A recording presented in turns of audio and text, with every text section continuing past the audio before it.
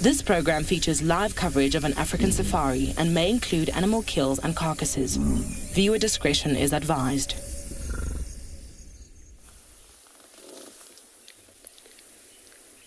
Good morning, everybody. Welcome to Juma Private Game Reserve this morning. Again, here we're sitting looking at the Impalas, and it looks like they are actually not doing much. Just moving around in this open area. In quarantine, it's a big open area. Like I say, it's always best to check on them just to get an idea of what they might be seen around here. So jump aboard to your own live safari through the African bush.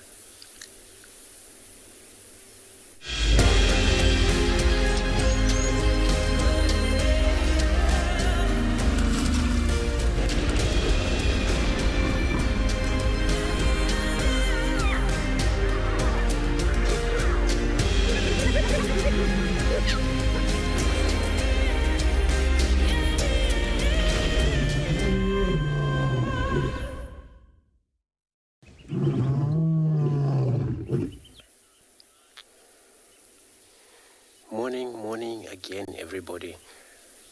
Our Impala is moving away, and of course, looks like it's going to be a beautiful, warm midday. It just looked like it.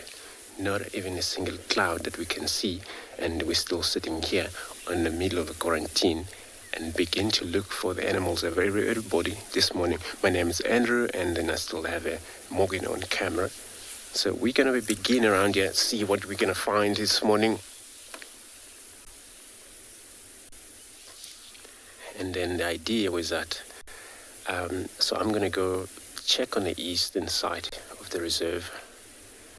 And then Cedric, which you will probably get to meet him, see his face again this morning. He's going to be checking on the west, probably checking on a car there. The temperature of today is sitting on a 14 degrees Celsius, a 59 Fahrenheit. And of course, everybody, we're coming to you live from this area. So we would like to hear from you. If you can talk to us and questions via hashtag WildEarth on Twitter, but also at FC, which is on YouTube. And if you are on the age of 18, you can still pop us an emails on kidsquestions@wildearth.tv.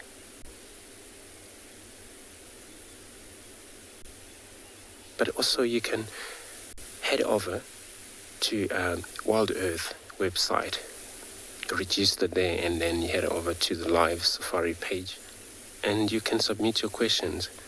Those of you who haven't been a part of the show, so it's easy to do that, and you can able to participate on questions, and we will answering them for you live. So I'm gonna see if we get good to see some more Impalas. Seems they're moving away from us, but it's quite a big open area here. They may well spread around pretty much.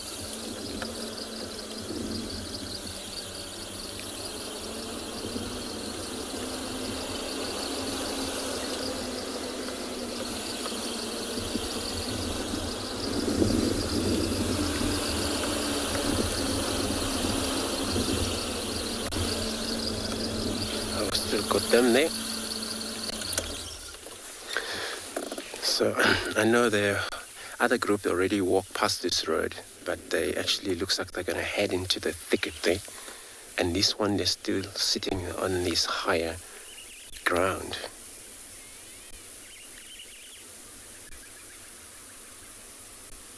Well, the whole night we had lions roaring.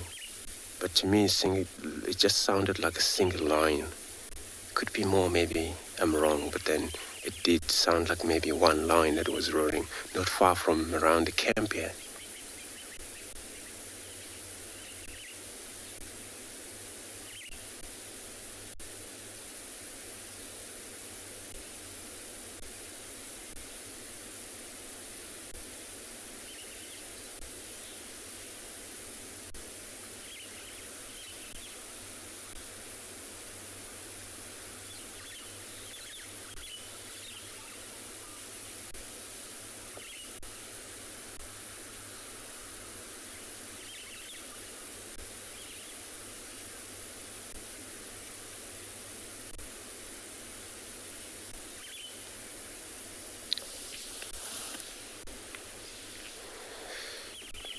So every time when you see impalas, they just look beautiful and cute animal anyway. So I'm going to move on. So let's quickly take a look at the weather on our various different locations.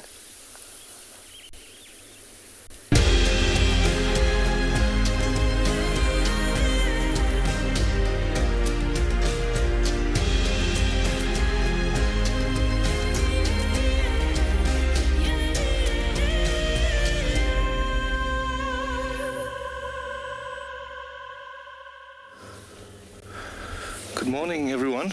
Welcome to Juma Private Game Reserve. It's a beautiful morning. We are quite lucky this morning. We found a beautiful herd of elephant. So we currently on the western side of Juma. My name is Cedric, and on the camera with me today it's Theo. So we're very happy to have you. It is quite a special day for me. It is my first live safari with WildEarth. So thank you very much for joining us. Our plan today, we will try to stick with this elephant a bit. I just need to relocate quickly. And then we will also check the western boundary and the southern boundary of Juma and see what we can find. So I'm just going to relocate quickly to get a better view of the elephants.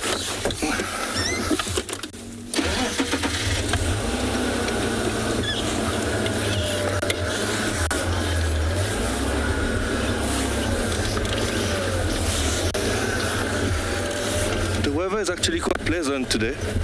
It's not that cold, so that's good. Hopefully we'll be able to find some cats this morning. Sorry, I'm reversing just to try to find the best angle. There we go. Unfortunately, the elephants are currently going in the block there.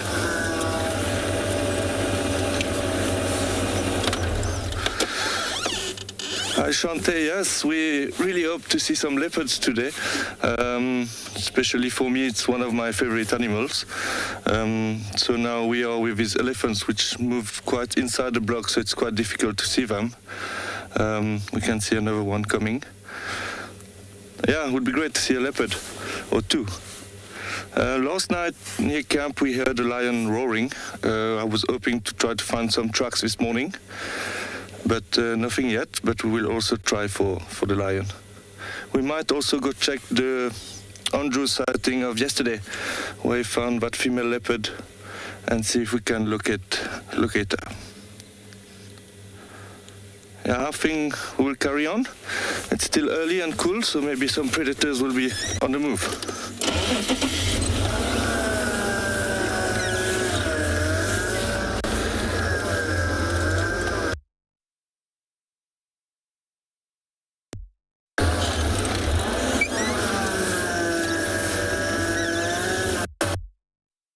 Okay, so we're going to go drive on the western. We will send you now to.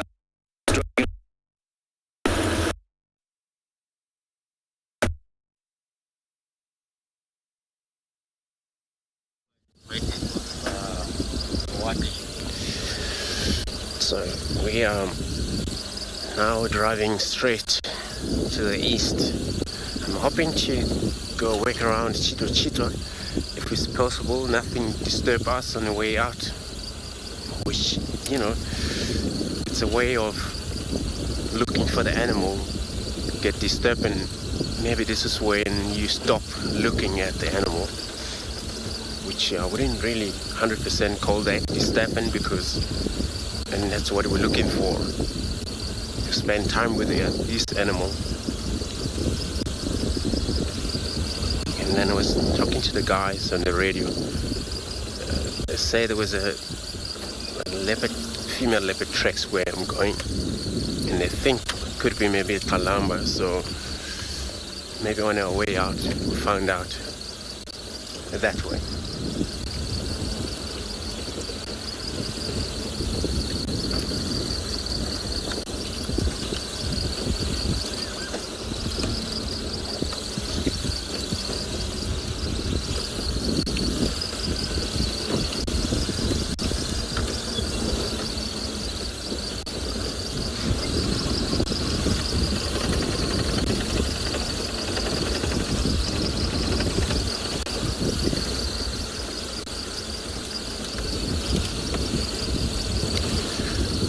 the leopards might have been actually done a lot of movement at night, and to exercise their strategies, energies, communicate,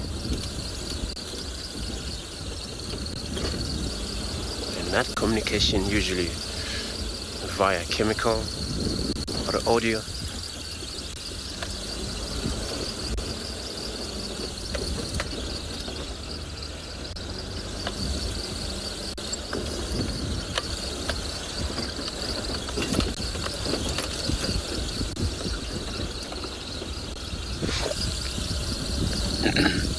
So I'm going to keep moving south along this road. I'll be sending you across to Cedric. We still got it, the elephant.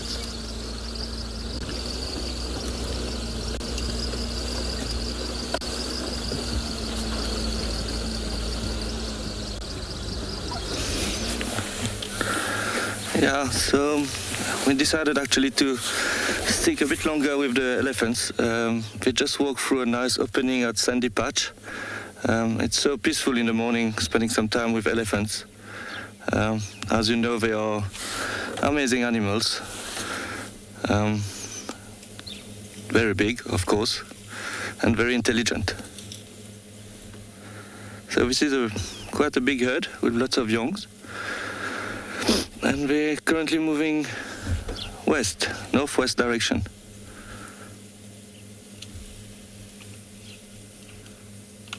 It's quite funny how they follow each other. Obviously, there's a matriarch in the group that guide the group to go find water and food, and also find the safest place for them to stay. Not that they have lots of predators, but lions can be an issue for the youngs. I'm just going to move a little bit forward to get a better view.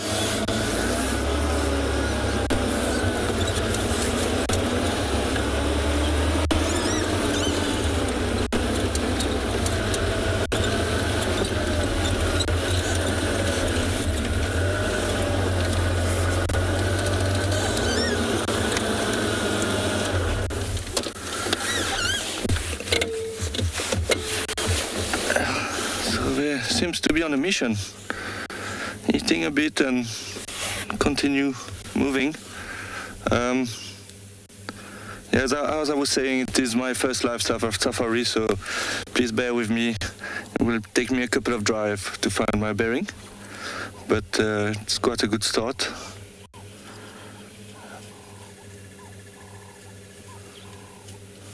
So also, if you hear a bit of an accent on my side, it is because I am from Mauritius and my first language is French.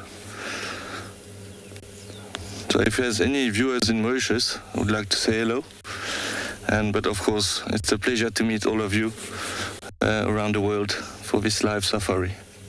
It is quite amazing to be reporting live from the African bush and be able to show you all these beautiful animals.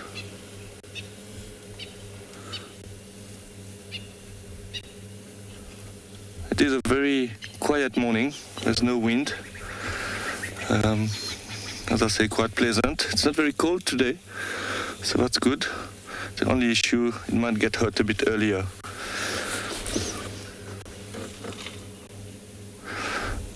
Okay, we're going to continue on our side and see what we can find.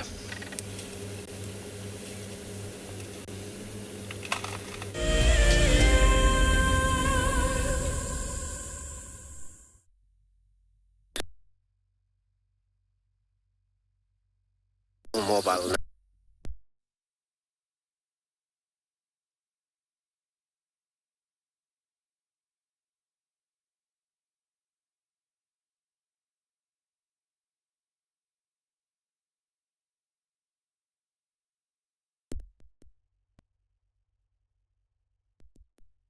Track was seen around here, moving about.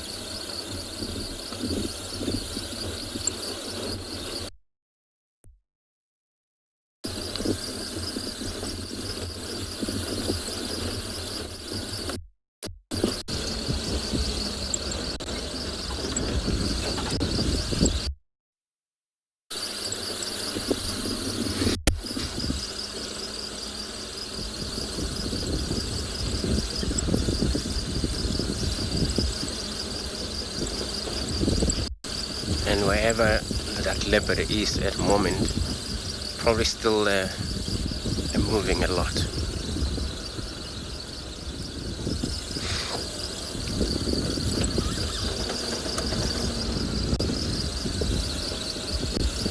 Still a beautiful morning for them to still carry on and hunt.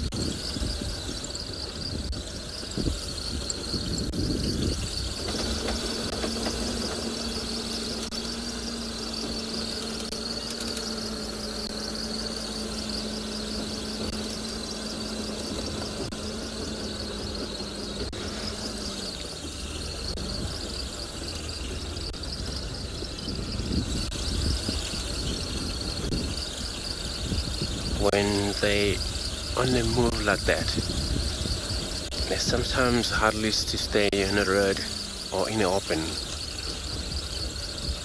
because they're busy doing their thing. So moving through grasses, chance of miss them.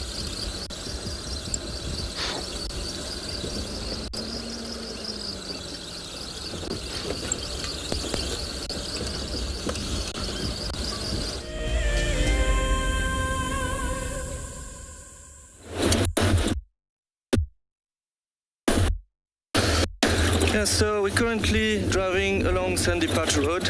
I'm just going to stop quickly here because I did find some Impalas,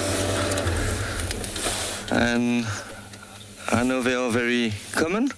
We see them a lot here, but I just wanted to highlight the fact that you can see in the morning they are a little bit darker. The reason of that, it's called I forgot the name now, I apologize for that. But basically, they're giving themselves goosebump, which is called pillow erection, and this will help them warm up, basically. So generally, you will find them a bit darker during the morning when it's cold, and when it gets hotter, they will look a bit lighter. Yeah, they are very clean animals. They always look pretty and clean. The reason for that, they do a lot of allo grooming and mutual grooming. They actually have special modified teeth that help them catch all the dust and the parasite in their skin when they groom themselves. And for example, also, if there are places like the neck they can't groom themselves, there's always one of the friends that will clean that area for them. Yeah, I do like Impalas. I know they're very common, but it's a good indication to find leopards when they do alarm calling, but also other predators like lions. They're quite sharp. They see very well, hear very well, and of course they are a very good source of food for the predators.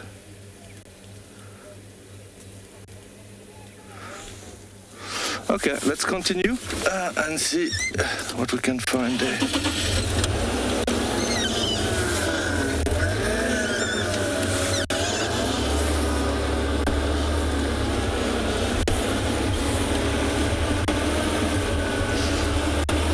Megan, you would like to know what is my favorite animal?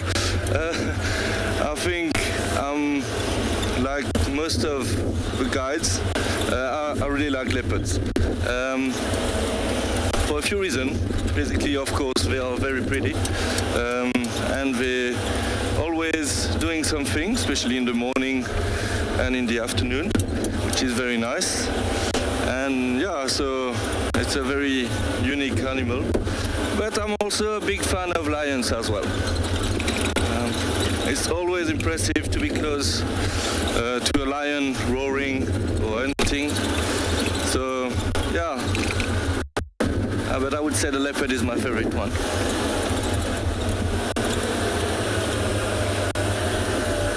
There's a little crested francolin running on the road.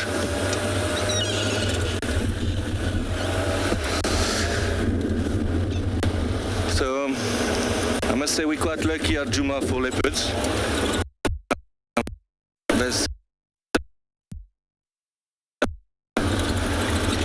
but it's not always easy to find them.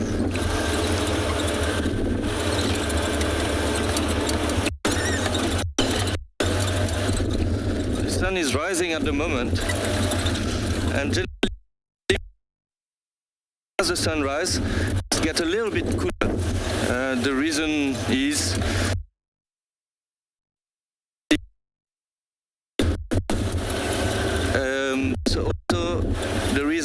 that the hot air pushes the cool air down, so this is why it gets a bit cooler when the sun rises. Send you to Andrew, still looking for animals.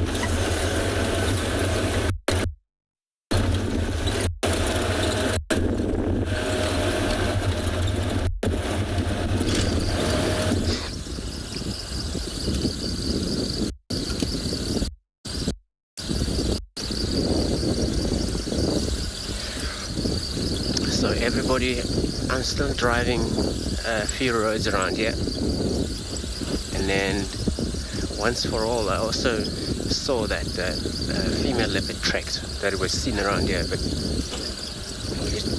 just trying to see if she would be still mobile, that we can find her, but she's been in this area probably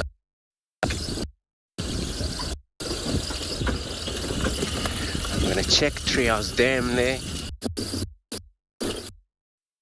Last track of her was seen moving in the southern side.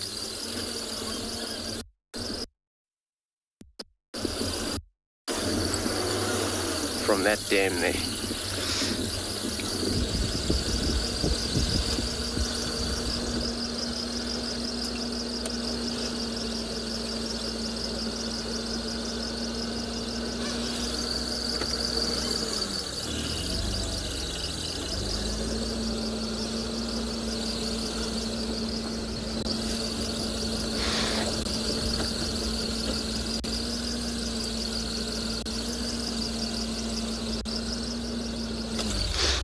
So Tracy, you're asking, do I prefer a morning drive or a afternoon drive? So, well, morning I would put it first, right? Because then you still have a lot of a daylight, I would say, from the rise until the end, without any darknesses. But the afternoon also provide a nocturnal. That's one thing for sure. Those we don't get to see, the smallest one. So morning is good as well, but that's also depend on what you're focusing on look for.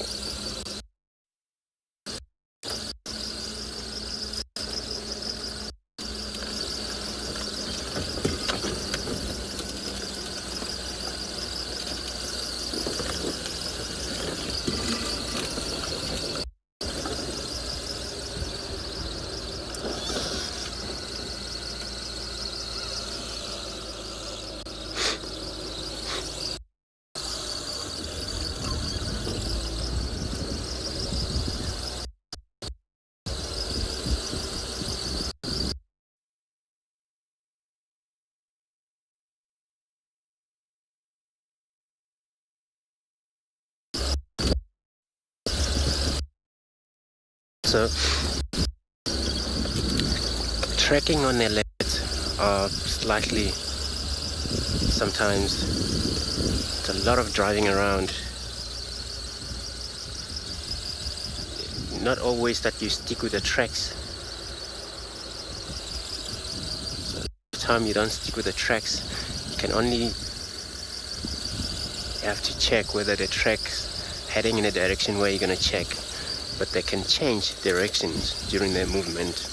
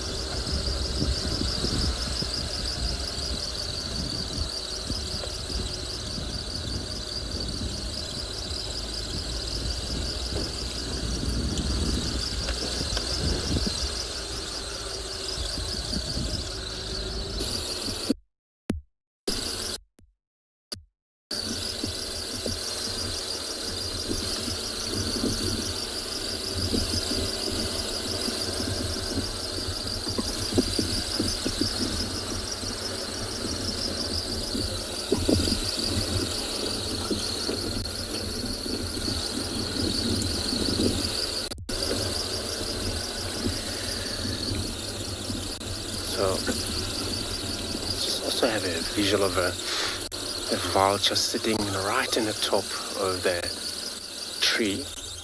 I don't want to get close enough to it because I know it's going to probably fly off. So I'm not quite sure what is happening around here, because now I know we're trekking for a predator. And that we're looking at the scavenger, but only one vulture at the moment.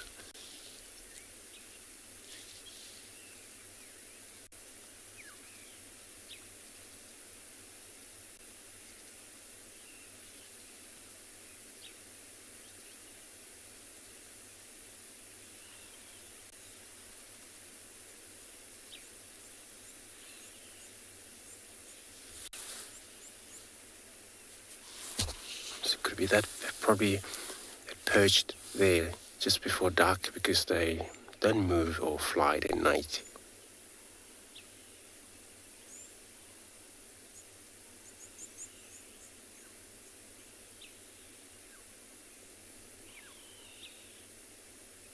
Oh, could be that maybe that leopard had a kill around here. But we're about to find out soon, because we're going to be driving, checking under these marula trees, off-roading a little bit.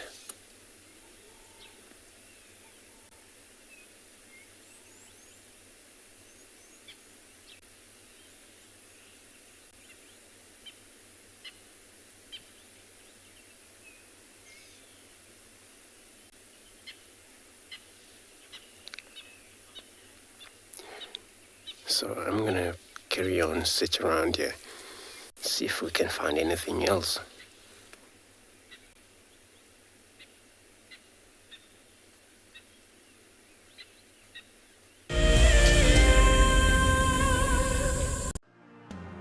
I'm Maggie, also known as Mia My Cat on Twitter. I purchased the Ticket to Dream so that I would make it back to Africa someday, so here I am. I enjoy WildEarth very much. Just the experience it brings to everybody, it just helps everybody cope with things. If you want to go on safari with a WildEarth guide, whilst honing your bush knowledge and of course featuring in one of our shows, then head over to our website. My favorite part about today is seeing Maribs, seeing him stalk the waterbuck and seeing the interaction between the waterbuck and him, and he's just an impressive little guy. Sign up to be a WildEarth explorer and you could be making your first ever on-screen appearance. It's very exciting to be on a live drive at Juma, to see how things work in the back and to be certainly much closer to the animals.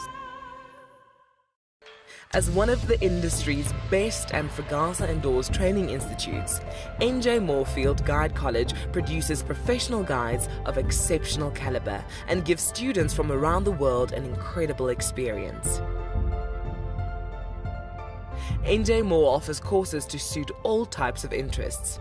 The full-length career course results in a Fagasa accredited qualification and the option of a 6-month internship at one of Moore Family Collection's luxury safari lodges. Shorter courses are a great introduction for those considering a career in field guiding or even a life-enriching experience in your gap year. With spaces still available in July, don't miss out on this fantastic opportunity to live your African dream.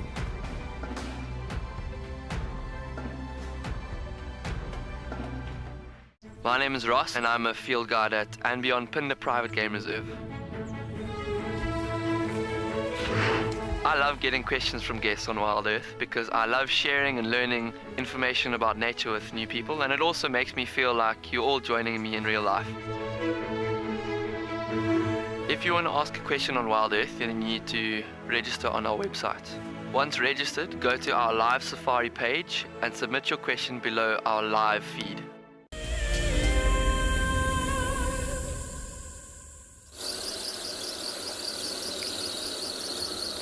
So we're still checking around here, but there's no tracks that's yet come out of the road. I'm gonna check the Gari main in case that tracks didn't come far south from that treehouse dam area.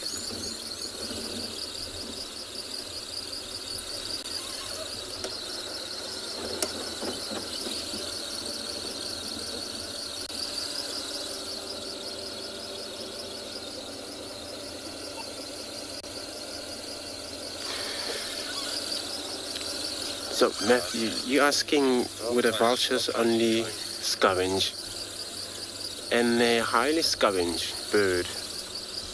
And they can sometimes hunt slightly, but for their own. But they mainly rely on stealing from the other, or wait for a probably remain of the kill.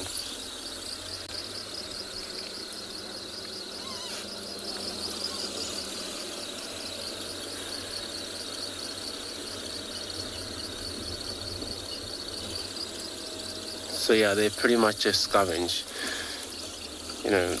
but they carry on, which you probably pick up things that died, whether naturally causes.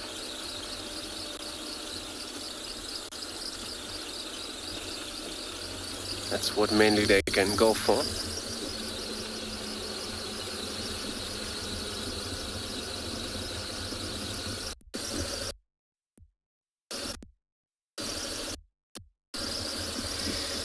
The only thing is they not type of an eagle, so mainly for them to hunt by landing over and they pick up prey and they fly with it. It's not possible. Their claw talons is not actually well designed for such.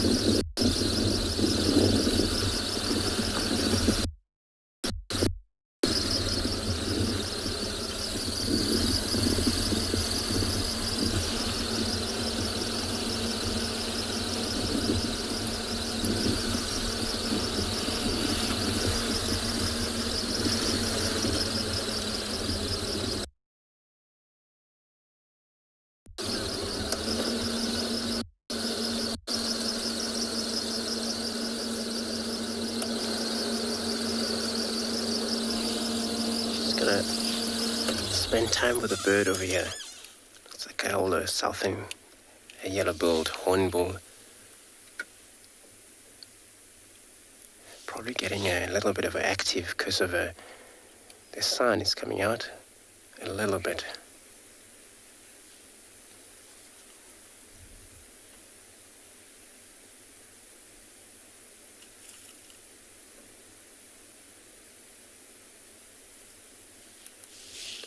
So everybody is very flighty this morning.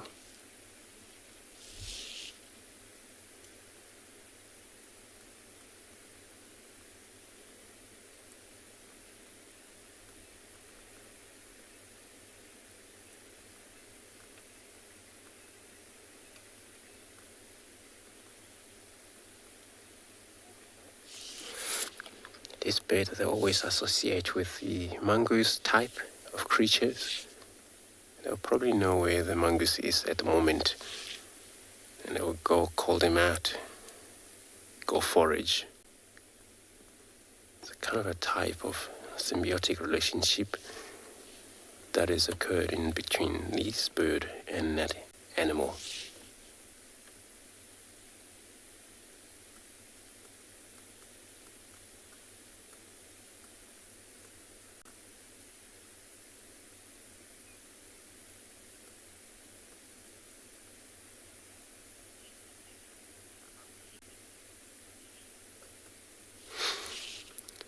So everybody, I'm going to carry on. I'm going to be sending you back to Cedric, who's got something on a tree.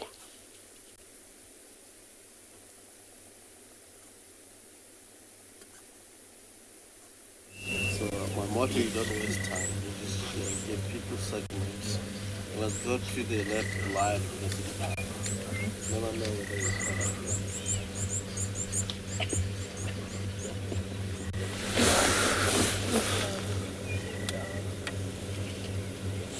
our best one.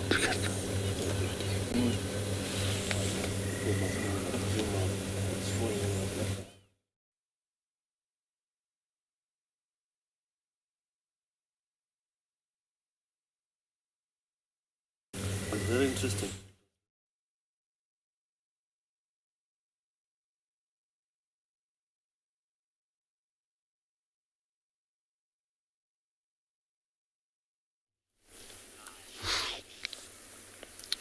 Sorry about that technique that happened there with Cedric. Well, we still got this pair of bird here. The southern yellow-billed hornbill. They are probably searching for their own early breakfast this morning, getting close to our vehicle.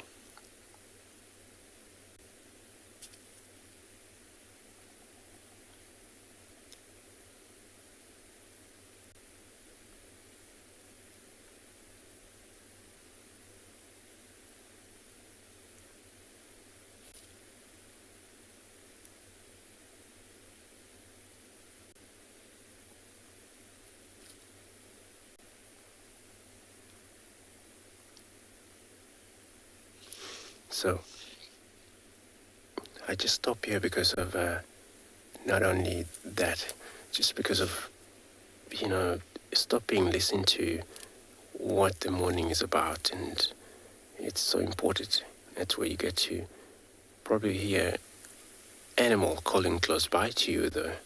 But if, keep driving, you will just miss it.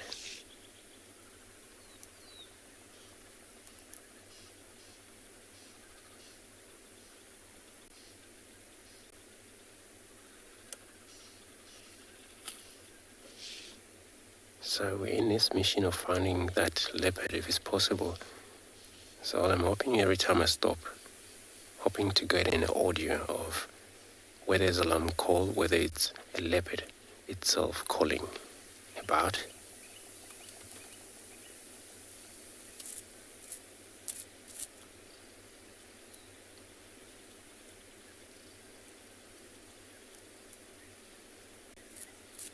So let us arrive at the pen there, Treehouse Dam, because I've taken a big loop, checking the boundary first things to see if these tracks didn't cross south, which for now still doesn't look like they've crossed south.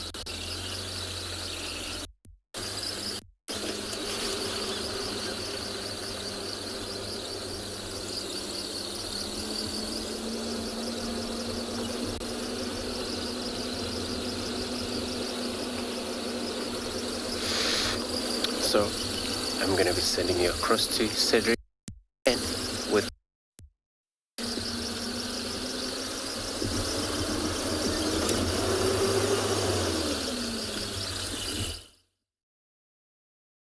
a colleague found Kara in a tree, so this is very nice.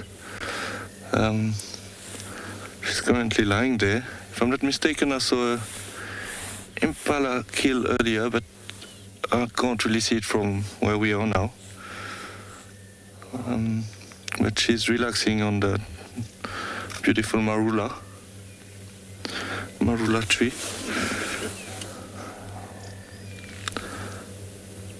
So I guess beginner's luck.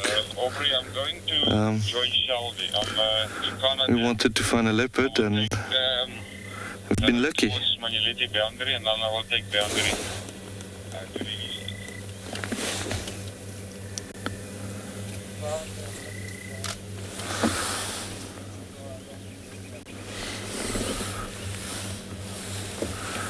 It is so peaceful to watch them lying like that on the tree.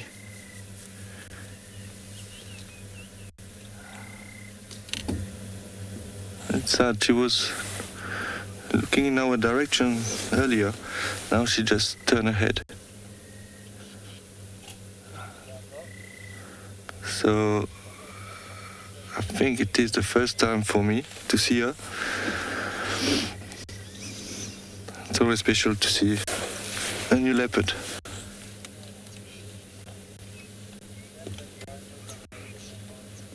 She didn't move a lot since yesterday, I guess, which I understood from Andrew where she was seen yesterday. Good luck, I don't know. That's a price. If we go, we might stop by this bushes. I realize that such light is good. She's having a nice relaxing time with getting a bit of warmth with the sun coming now.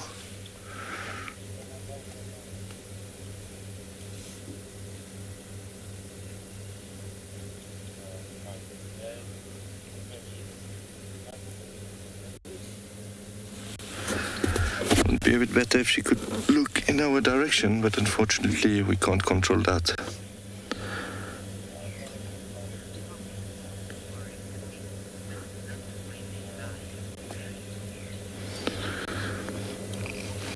Thank you, Safari Kitty, for your comment. Yes, it's very nice the way they lie on the trees.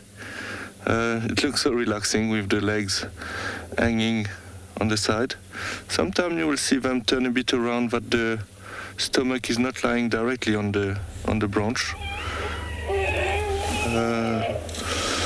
Especially when they are full.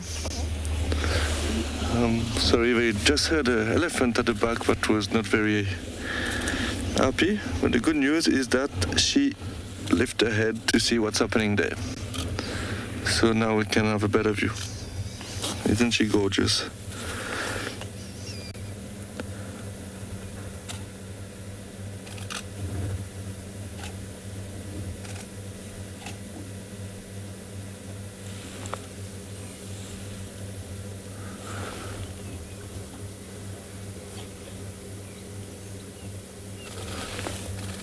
Bit of a yawn there, and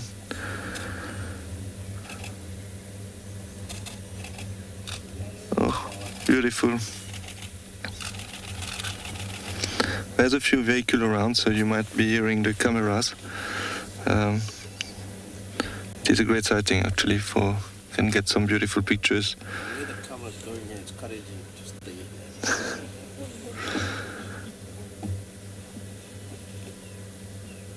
So apparently the best way to recognize her, if you see on a ear there's a little cut. So obviously I'm still learning the characters. But this is a way to see who it is. Oh, she's standing up now. So we're going to stay here and see what she does. Bit of stretching.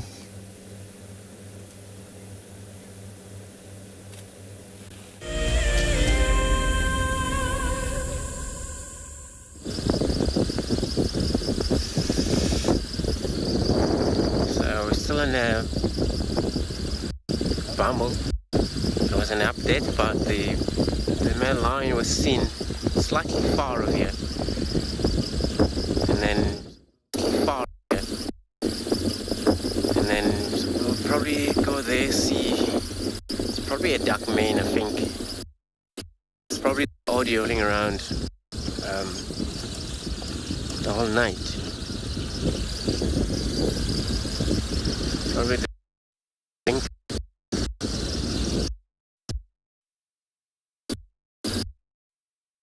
same audio thing.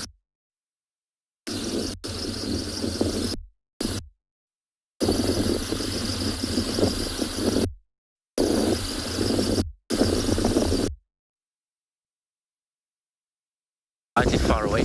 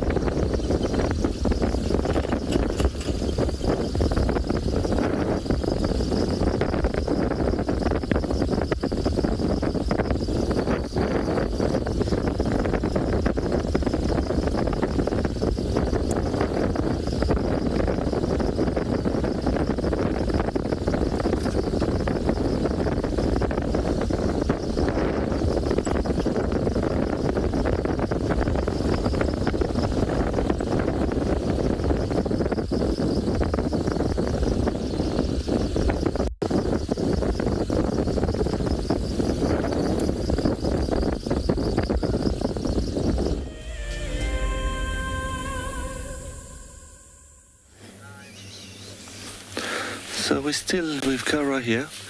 We did relocate a bit. Fortunately, she turned in the other direction.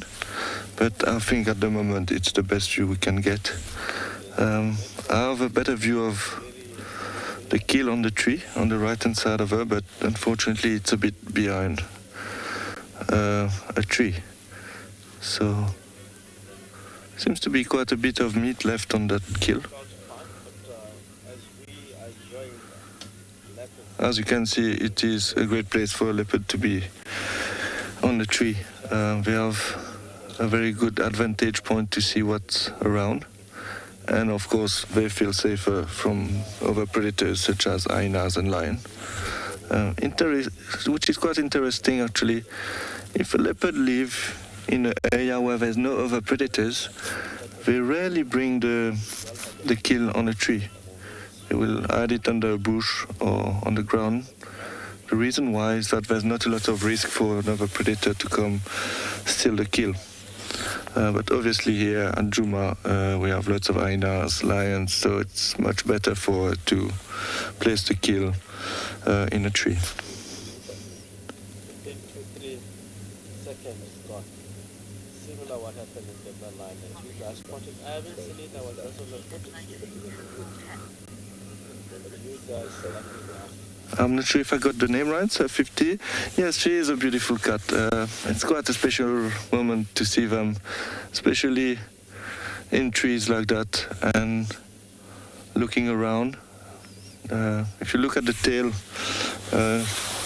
it's quite nice. I like to see the tail move. It's a good indication of if they are relaxed or stressed. Now you can see it's moving a little bit. So they do have a very thick tail, which help for the balance when they are hunting or climbing trees. But also the little white tip at the end, as you can see moving now, help as communication. So as we call follow me signs. So when she have cubs and walk in the long grass, the cubs will focus on that little white tip to follow the mom. But they are beautiful.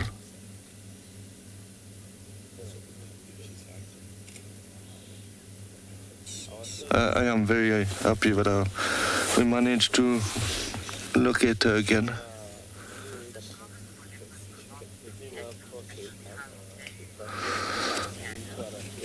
Candice, yeah, you would like to know if it's common for leopard to not be active at this time of the day. Basically, she's not active now because she have a kill in the tree. Unfortunately, where we are standing, it will be quite difficult to see the Impala in the tree because it's behind another tree. But generally, during the day, when it's still cool, they're quite active. They will rest mainly during the day when it's hot, obviously, but leopards are quite opportunistic as well. So if they find a herd of impala quite close, even during the heat of the day, they might try their luck. It is quite common also to see them mobile around noon.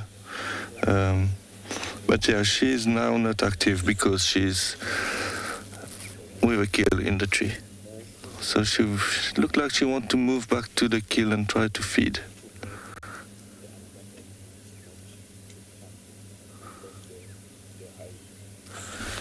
You can see the tip of the tail moving there. Generally, when they are excited and or stressed, they like to also move their tail quite a lot. I think now she's just relaxed and maybe getting a bit excited, to go eat a bit more meat.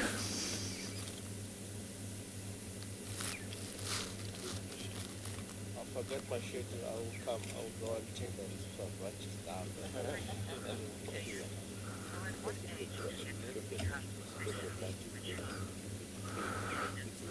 I didn't. You would like to know at what age the leopard becomes sexually mature? For the female, it will be just, I think, just before 2 years, around 2 years actually, when they leave the mom.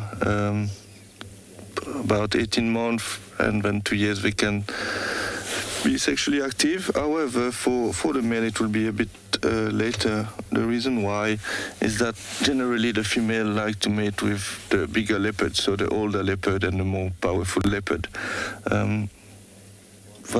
That reason would be they would like to have good gene in their cubs, so they tend to try to mate with a stronger and older leopards. So they also have territories. Territories can vary between 5 square kilometer to 100 square kilometer. It can vary a lot, but it's generally around 15 square kilometer. Female territories are generally smaller. She's just now went to feed. So territories help a lot. For example, for the female, they choose their territory for the number of den sites for the cubs, but also for the amount of food. But for the males, they generally have bigger territories. The reason for that is that he will have better chance to have more females sharing part of his territories, which will give him more option to mate. Like Tingana, who is a very big leopard, I assume have quite a big territory.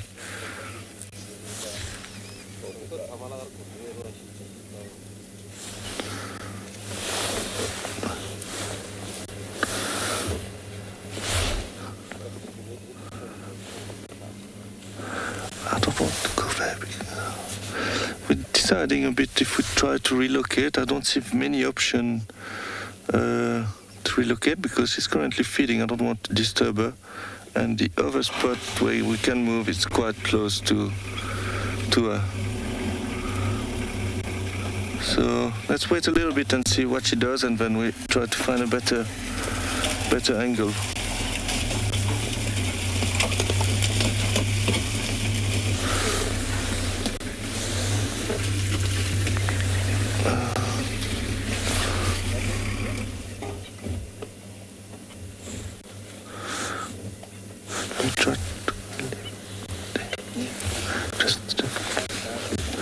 So I'm going to relocate quickly.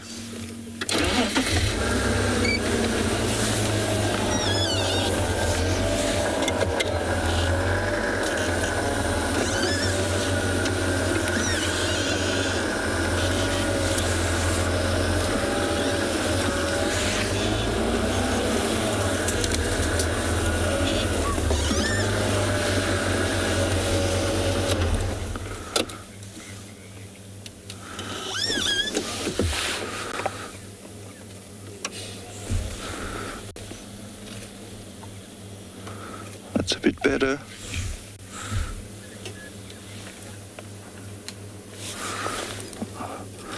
Yeah, I didn't get the name, unfortunately, but there was a question if she can finish this Impala on her own. Yes, definitely she can.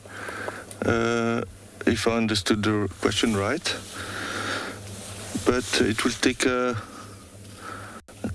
one day or two.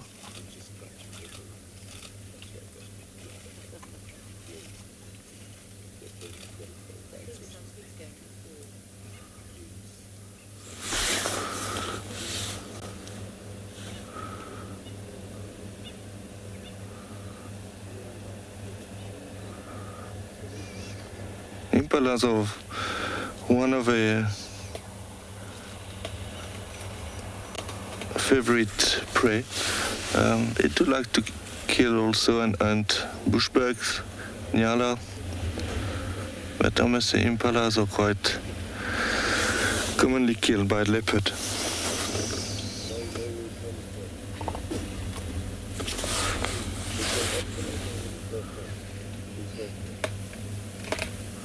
I don't know if you can hear, but we can hear the bones crushing. I apologize for sensitive viewers.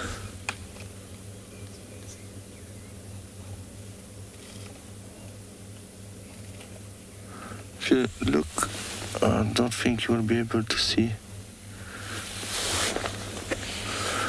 But on the neck of the impala we can see some trace of blood. So basically, this is where she would have killed with her teeth the Impala, by strangling the Impala or biting the neck. Okay, we're going to wait a bit here and see what she does, and we will hopefully have a better view a bit soon.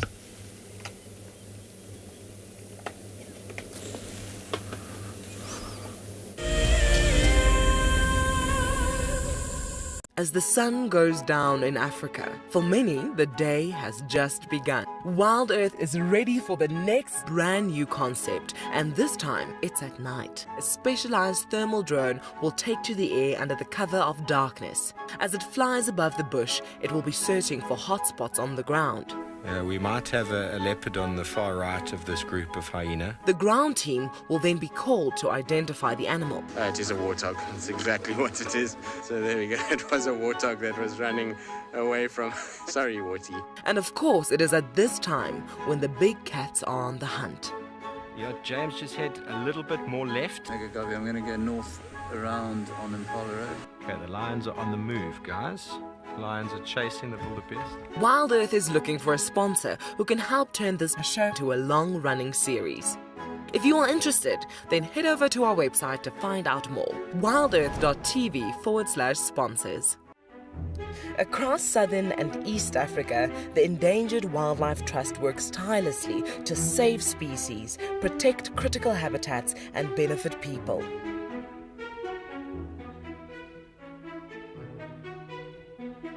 Join the EWT in returning wildlife to the wild. Go to ewt.org.za to find out more and follow our socials to see how you can get involved. Protecting forever, together. I love being a cam up for WildEarth. The animals coming right up close to you, especially like lions. Sometimes you get nervous, but you have to go with the flow. My favorite animal to film is the elephant because of how big it is. But when it's really up close to you, it's one animal that you would say, I really respect you.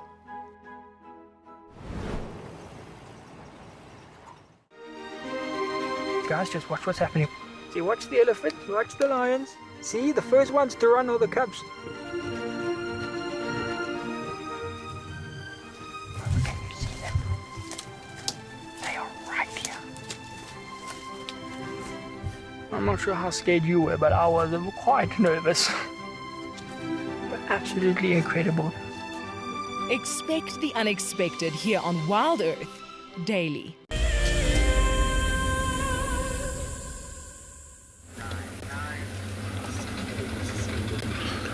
Yeah, so we didn't manage to relocate, so we're still in the same spot, which is not too bad. Unfortunately, we can't really see her face, but we can see her feeding nicely. As you can see now, she's feeding on the Impala, but actually leopards have 92 different food types, so they can eat quite a large amount and type of animals, basically. For example, it can range from winged termites, some fish, birds, reptiles, but obviously their favorite prey would be antelopes, such as impalas. They do also scavenge.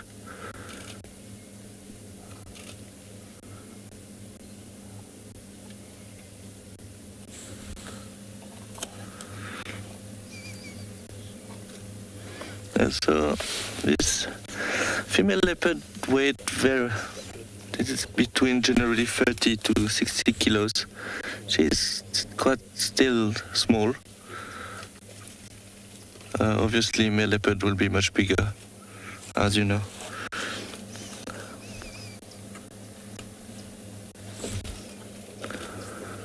You can see now she's busy feeding on the leg. It is a bit bloody, I apologize for that.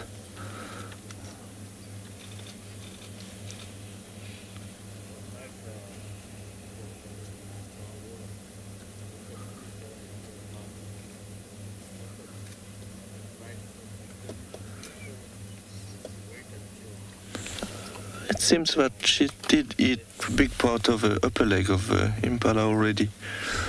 And also what I can see, this Impala seems quite young.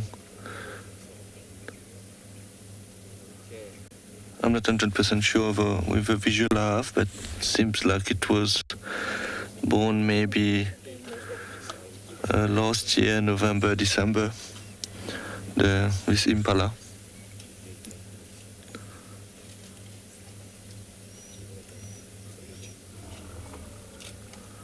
When we arrived at the sighting, there was a herd of elephant around, and we can still hear them sometime. It's always nice to be at a sighting and see or hear two of the big five.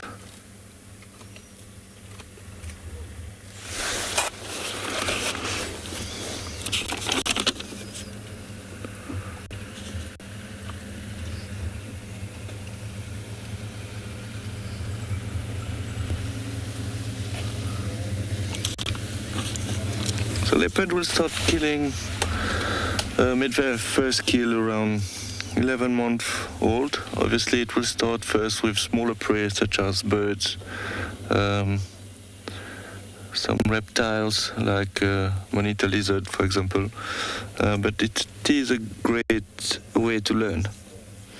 Obviously during that time the cub will still be with the mother, so the mother will definitely teach and help the cub to hunt and to learn how to hunt.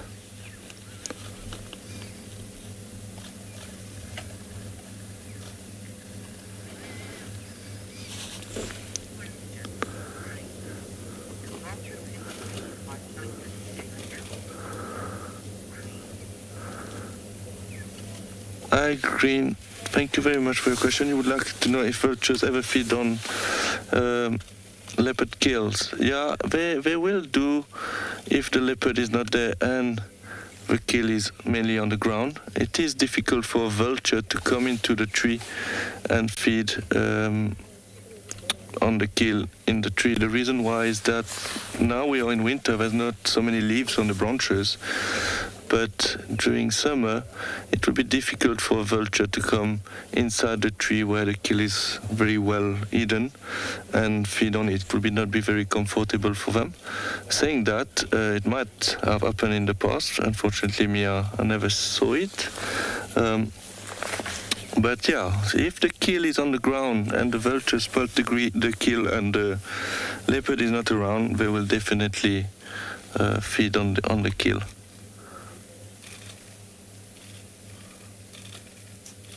Vultures are, well, there's different type of vultures, but they are generally very big. So it's not very easy for them to come land between the branches and the leaves of a tree.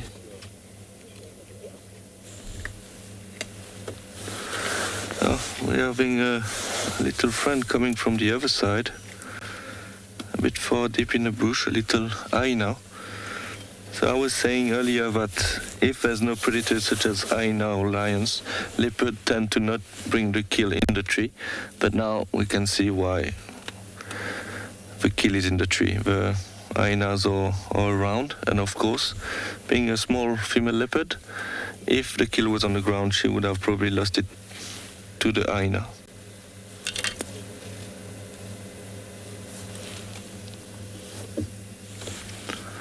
But now she's comfortable and feeding.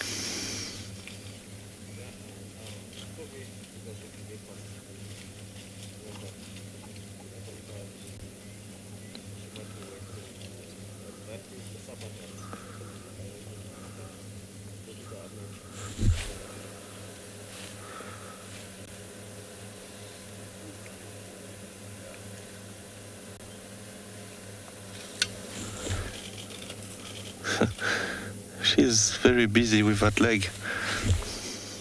So what might happen is that if the leg breaks completely and fall on the ground, this hyena which is hiding behind us, unfortunately we can't show you now, it's not in a very good angle, will definitely come steal that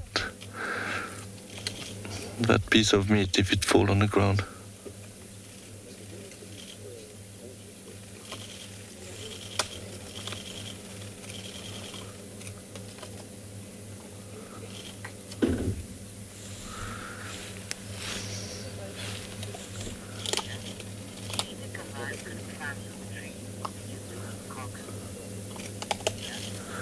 Earlier, you would like to know if a lion can climb this tree to reach the carcass.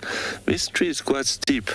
It is a marula tree, so the trunk at the bottom is quite steep and high. So unless it's a lion who's very used to climb trees, which we found in some part of Africa, it would be quite difficult for a lion to come and climb that tree. But it happened in the past.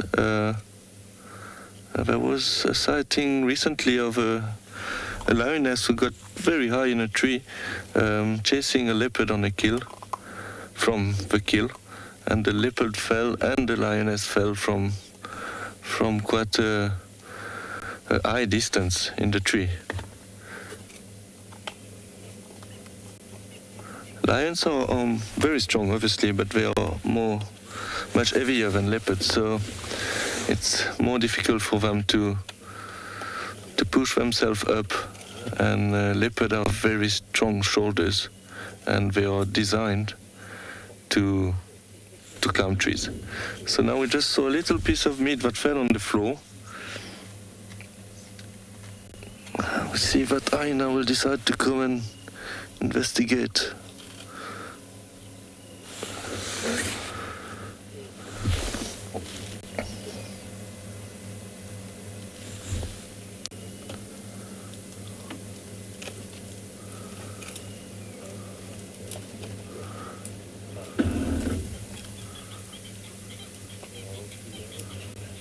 Oh, she's moving a bit more at the back now. She's not great for us.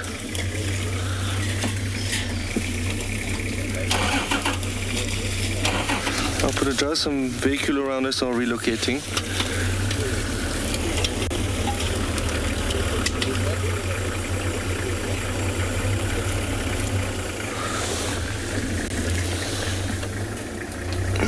Yeah, we are actually free vehicle here, so the space is not very big, so it is not always easy to find the best spot to see. I'll try my best now, see if we can move a little bit forward.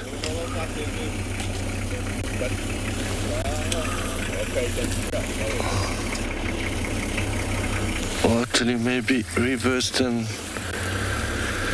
try to face I will just see what this other vehicle is doing now, and then I will make a decision where to move. Yeah.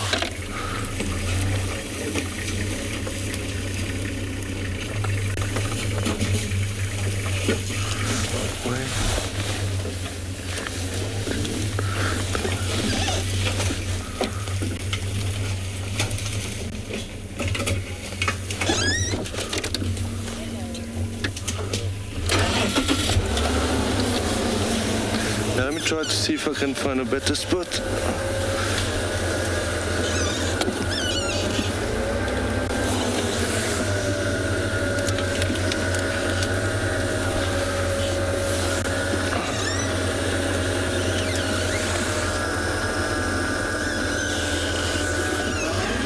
Well, I apologize, I didn't get that question, but I'm sure FC will say it again.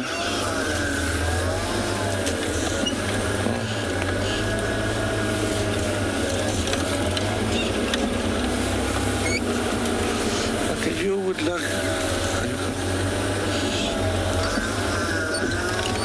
like to know why is it a risk for a leopard to fight a hyena? Hyena are quite bigger, unless it is a big male leopard. So hyena have very strong jaw. Sorry, we're looking a bit in the sun here. So it can be risky for a leopard to fight a hyena.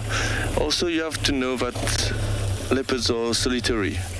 So it's very unnecessary for them to get into a fight with a hyena, because if they get injured, they will have a very small success of survival, because if they are injured, they can't hunt properly, then can't feed properly, and might die.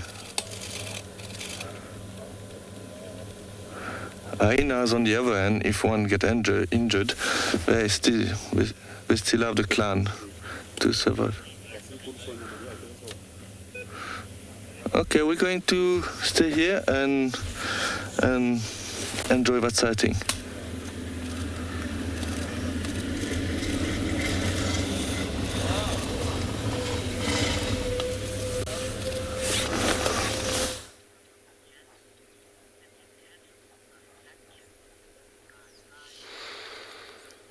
Indeed, we got it looks like a dark man here lying just on the side of the road. As you can see how tall the grass it is at the moment where he is.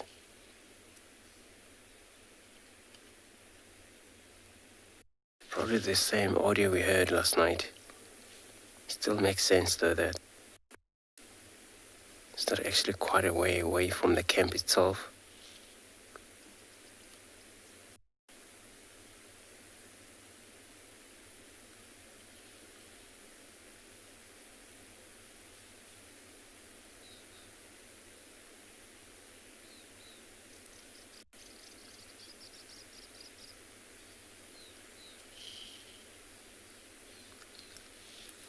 And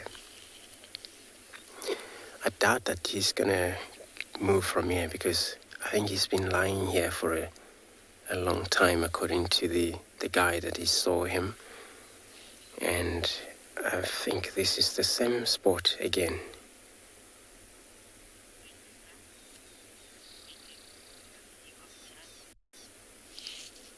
So stay here, see what he's gonna do.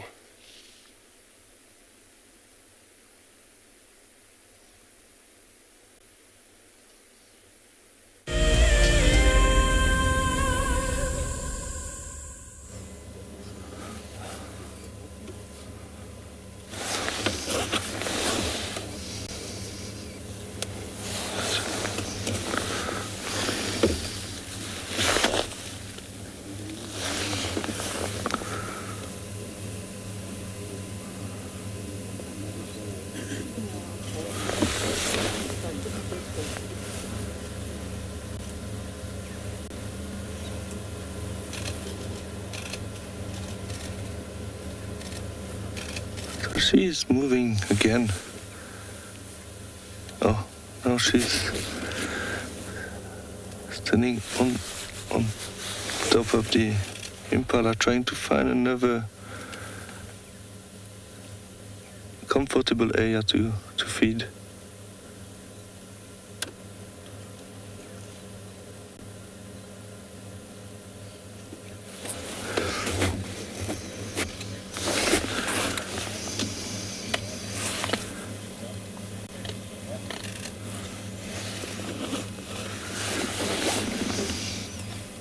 Obviously, predators don't use really their canine to eat. They use their incisors, which is inside the mouth. And it works a bit like a pair of scissors. It's called a carnassial shear. And what it does, it's like cutting the meat with the teeth rubbing each other. So we have a little friend now underneath the tree.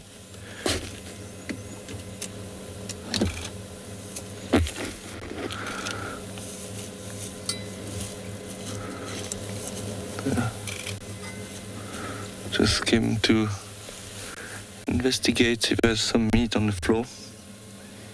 Not very happy at the moment, just leaving the spot.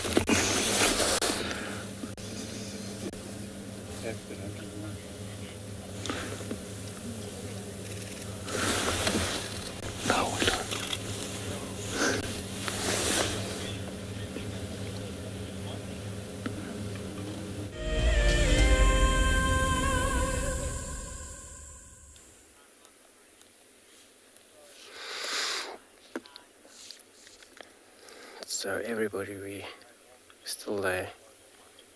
And this male duck man is still flat.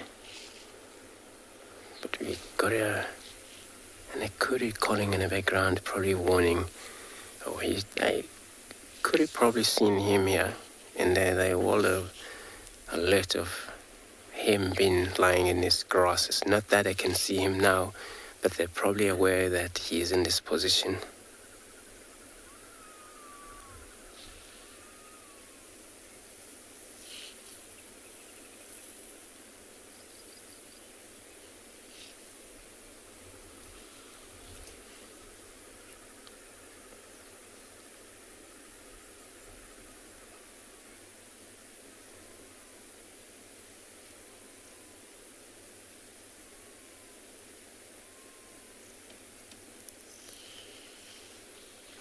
But I think since we saw him the day before yesterday, he was slightly west of here, just south of the Gari gate. And from there he moved, couldn't find him. And he's still not yet joined the female, so he's probably still on his patrol.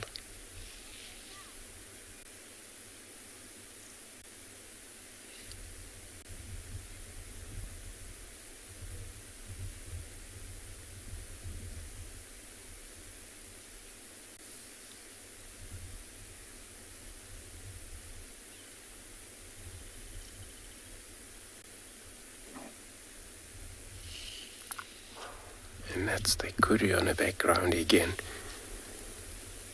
And they're all prey species once they spot their predators like leopard lions, especially he just flat. And they will keep an eye in this area. Maybe they won't even move away, then they will be all aware of the presence of danger around in this area.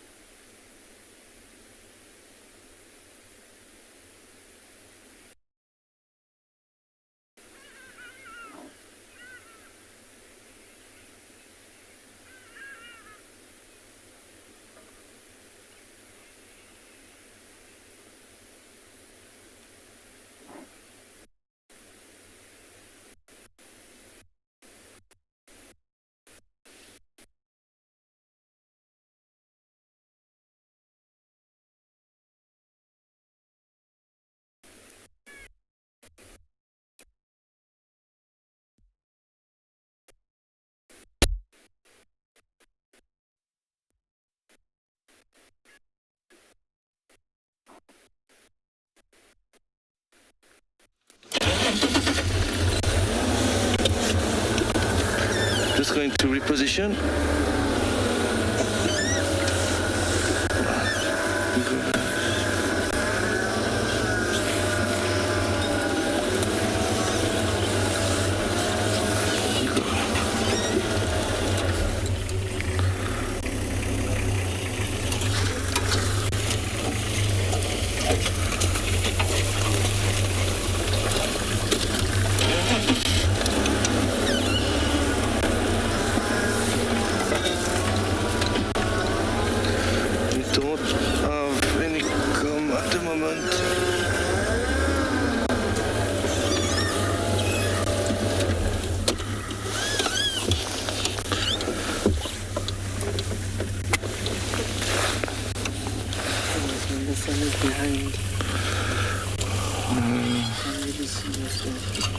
Where would you like to go? There?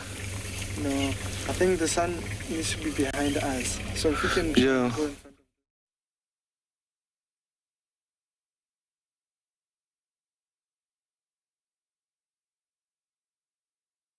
We try to relocate. We're not getting very good audio where we are now. So unfortunately, it is quite difficult with the sun now.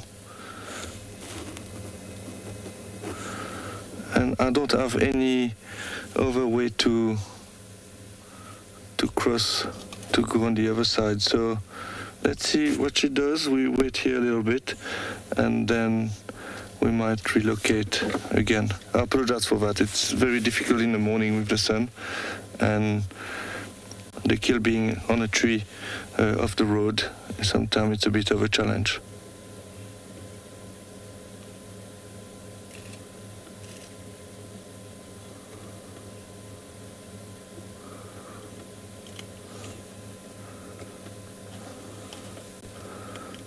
As I say, bear with me.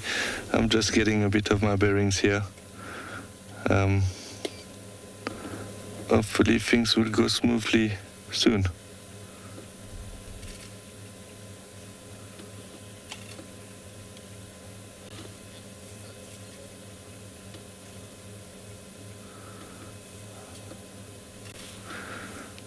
I apologize, I didn't get that question very well. Again, the communication is not very good where we are located at the moment. So if FC can just try to say that again.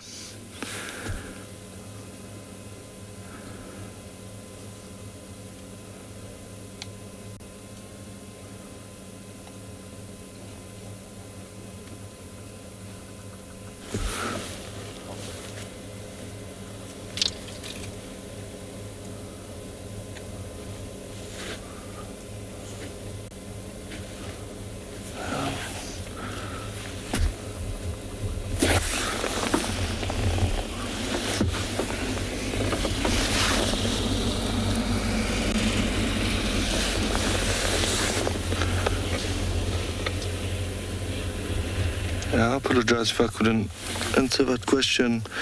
I couldn't hear much on the radio. It's a challenge sometimes being in the bush. You don't get very good signal everywhere. Some areas very good and some areas are a little bit less good. So I apologize for that.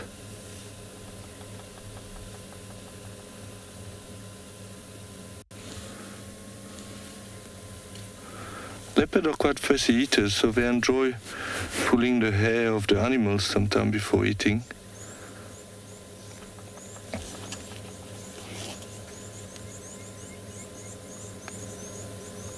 So you can see now she opened a piece on the, I think it's the rump of the Impala, and she not having any piece of hair in her mouth. She would have removed the hair first.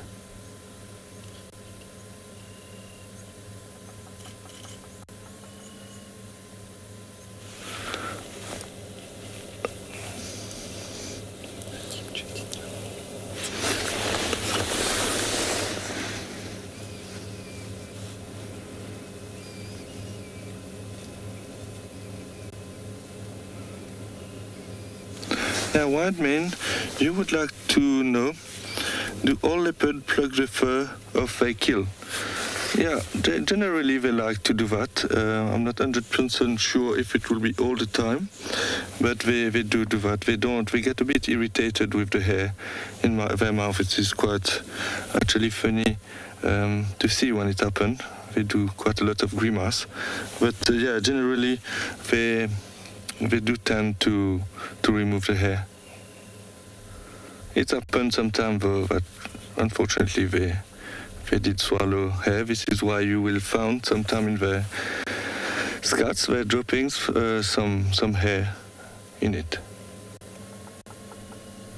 So we can't completely make sure that they don't eat any of the hair.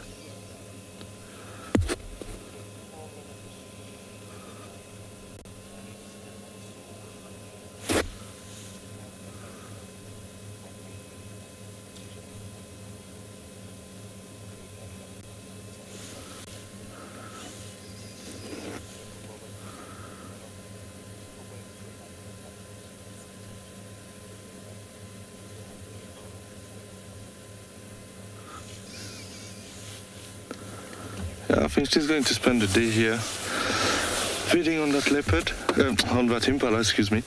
There's still quite a bit of meat on it.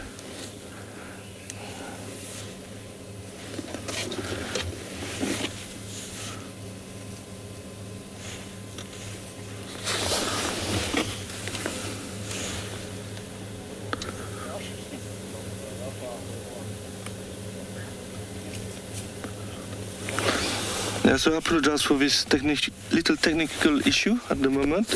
We're going to stay here, maybe try to relocate quickly and see what she does.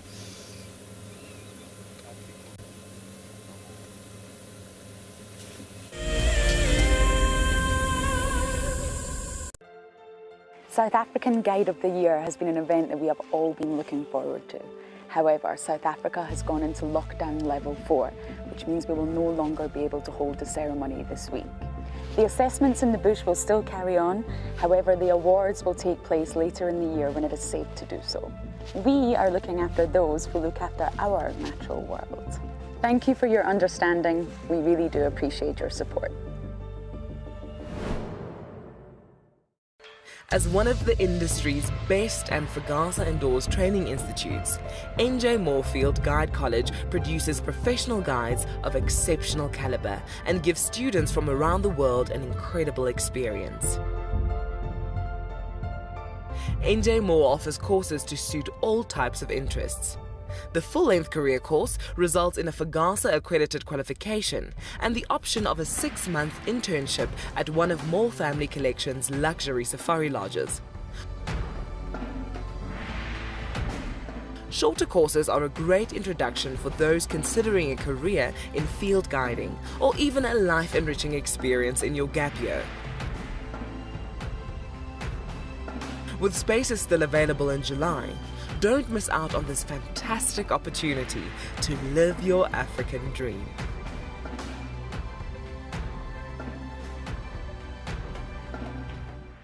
My name is Lauren and I'm currently working in Djuma Private Game Reserve here in South Africa. I love answering your questions during the live safaris. It's my favorite part. It feels like you're on the vehicle with me and I'm able to teach you exactly what you want to know. If you want to ask a question on WildEarth, then you need to register on our website. Once registered, you must go to the live safari page and ask your question below the live feed.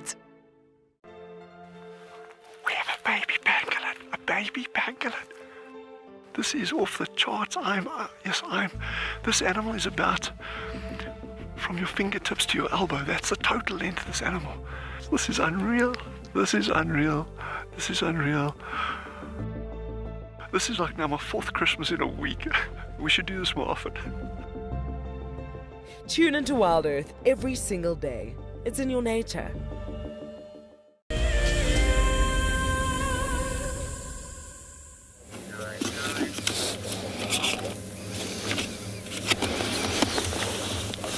And nothing much changed.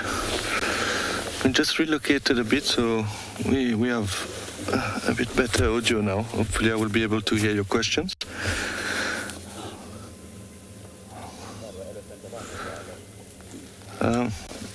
There is a Hyena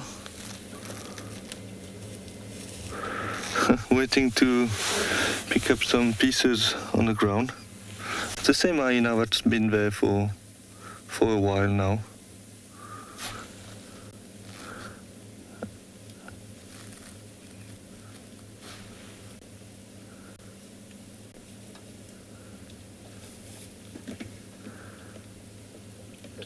Yeah, that kill almost fell earlier. That would have been quite a problem for Kara. She would have probably lost it.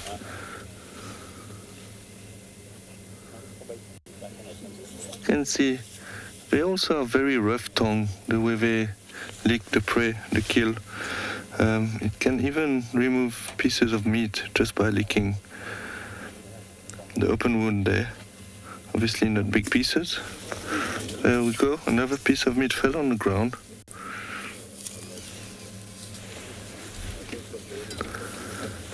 And the hyena is looking for it.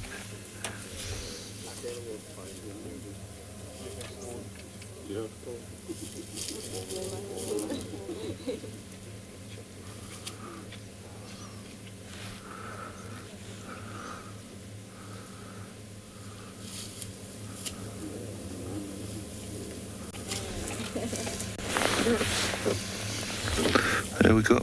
I was saying earlier that that leg might fall and would have been a little gift for the hyena, and that actually what happened. It's not a big problem for her. There's not a lot of meat left on that piece.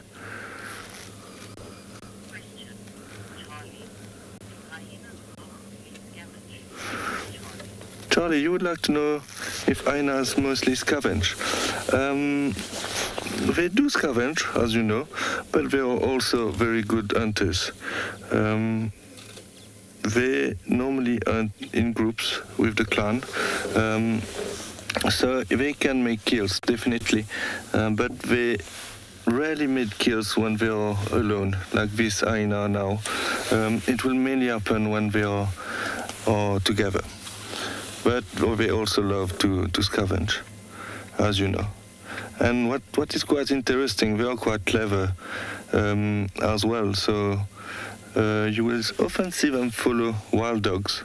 The reason why is that because wild dogs are very good killers, very good hunters, and the hyenas knows that there's a big chance that the wild dog will make a kill, and they will come afterward to steal the kill, and depending how many are there, obviously. And now you can hear the bone crushing. But yes, to answer your question, they mainly scavenge, but they do hunt quite often as well. So they have very powerful jaws, as you can hear. I'm not sure if you can hear now, but you can hear the bone crushing. I apologize again for sensitive viewers. She finished that little piece of leg very quickly.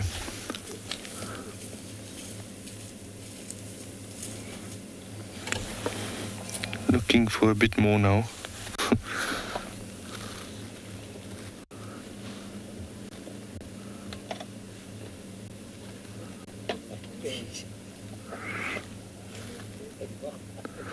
It's amazing. If you look at the size of a hyena head, it is very big. The reason why is that they have very strong jaws, as you know.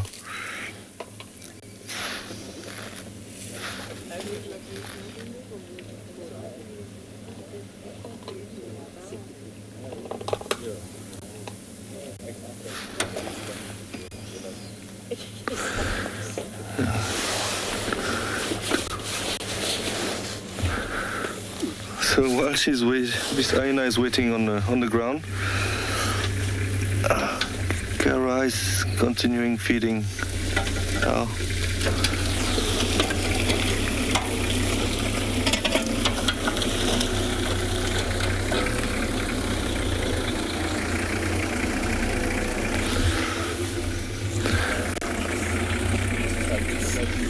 Apologize, there's a car relocating at the moment.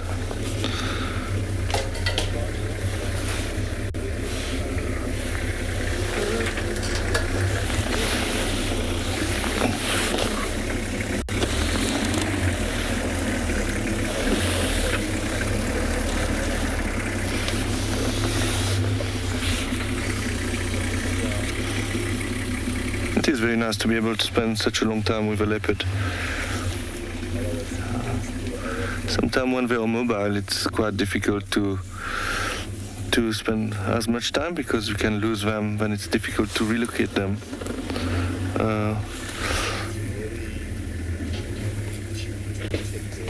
So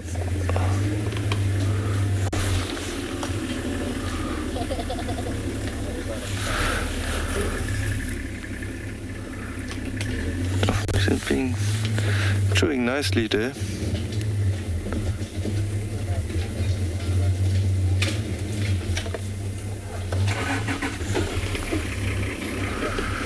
It looks like that we might be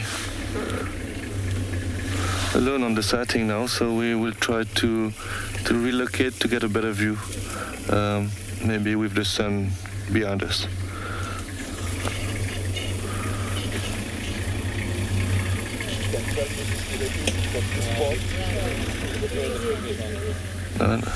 Actually, one of the vehicles stayed here, so we'll wait for them. Maybe when they move, it should be not too long.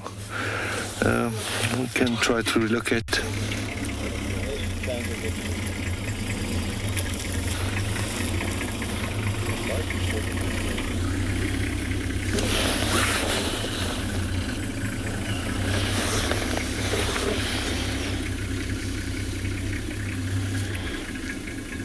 It's amazing how we can continuously eat meat for a long time like that, and you can see it's quite not an easy affair to take out the meat off the bone. It's quite a workout.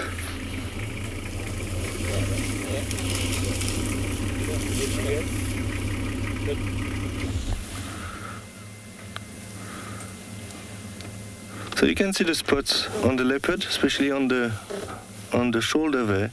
But actually there's a small spot that made a rosette. So when I say a rosette, is that it makes a little round of black spot, and in the middle of the spot there's a little golden color. This is what we call a rosette, which will be different from a cheetah. Cheetah will be mainly black spot. You will not see this golden color in the middle of the spots.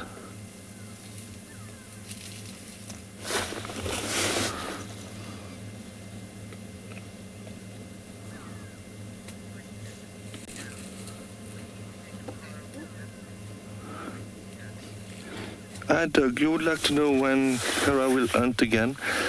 Difficult to say, but now we can see that she's going to have a full belly and have quite a lot of meat. So I guess when she will finish this kill, or if the kill doesn't fall on the ground and be stolen by the hyenas, she will probably go drink some water and then start being mobile, saying that she can hunt almost directly, even if she's full. The reason why is that they are very opportunistic. So even if they are full, they have a chance to kill another impala or another antelope, or can be also a monitor, for example. They will do so, and then they might add the kill again and wait a bit before feeding. They need to take any chances they get to get food. It's very important for them. So cats are generally very opportunistic. It has been shown in the past a leopard feeding on a kill and catching another prey next to the kill just because it has the chance to do so. The prey didn't see the leopard, and the leopard took a chance and got more food.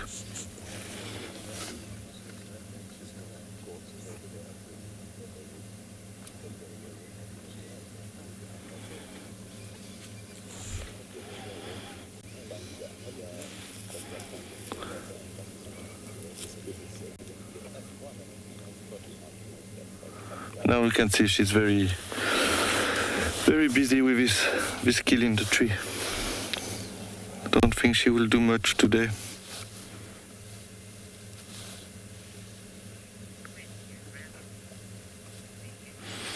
Okay, I will try to relocate, see if we get a better angle or a better light for the camera. And yeah, so let's see what we can do.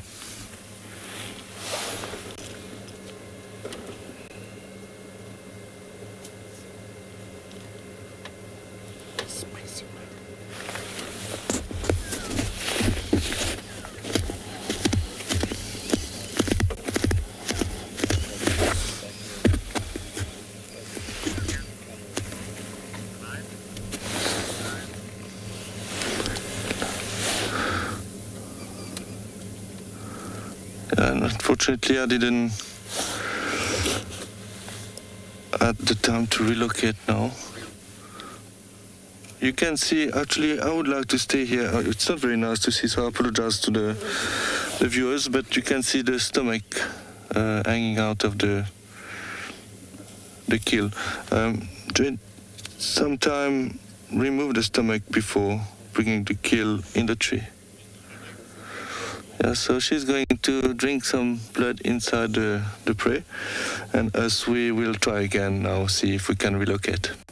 Yeah, but you follow another Indo that side.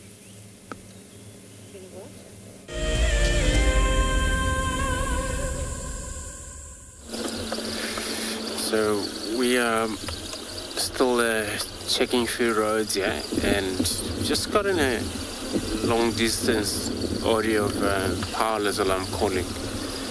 So, and then we have to investigate that.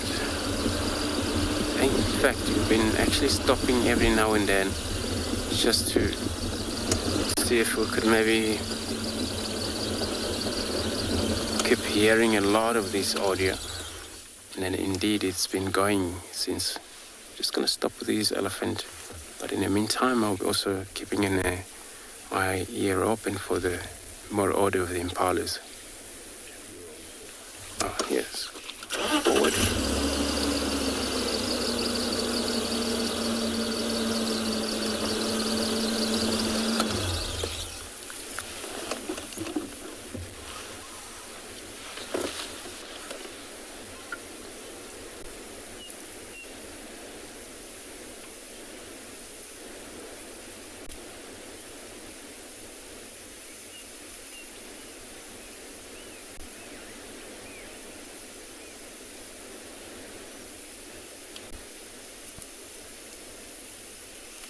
Just having the brilliant time here.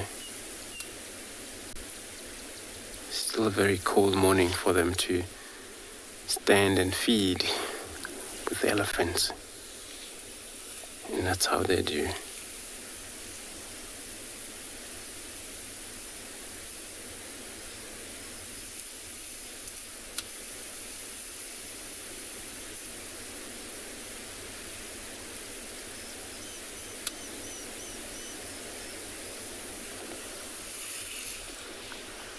So looking just at the young bull.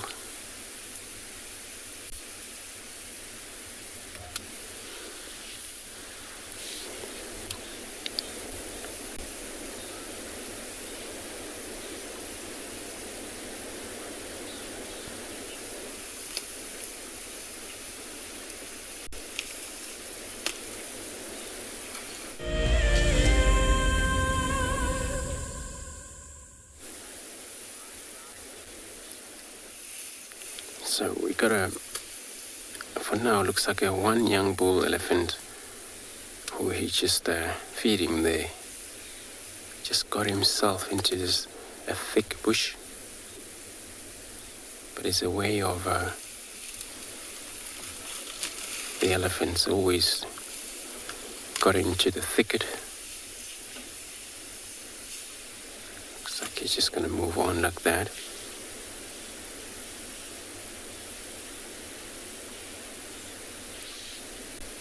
At least we've still got a little bit of a visual, but it happens that probably more of them around in this area. Just hear a lot of bushes on my right hand side that are always pushed by the elephants.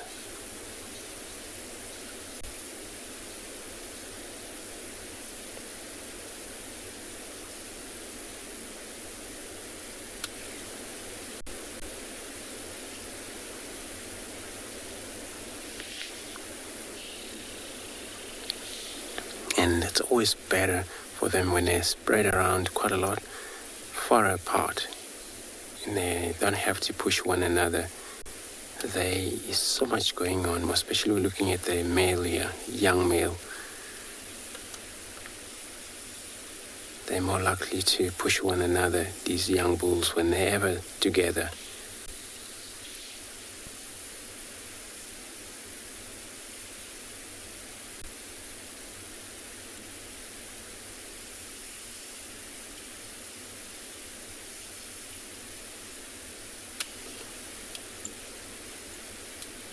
In that case, always the smallest get to pushed away from their favorite spot.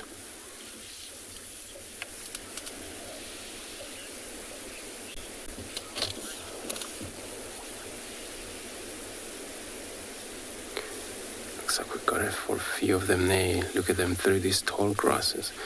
So, a white man, you're asking that elephant also feed throughout the night? Yes, they do. And they spend a lot of time standing up, these animals, and night and day. And they ever take it easy nap, where it's probably maybe in an hour or less than an hour.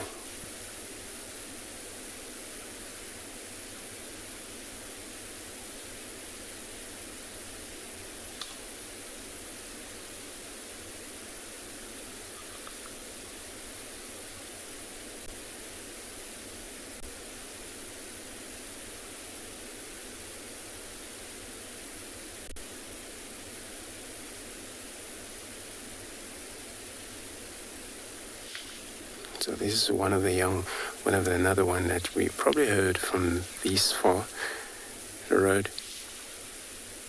He's probably gonna come join the partner not so long.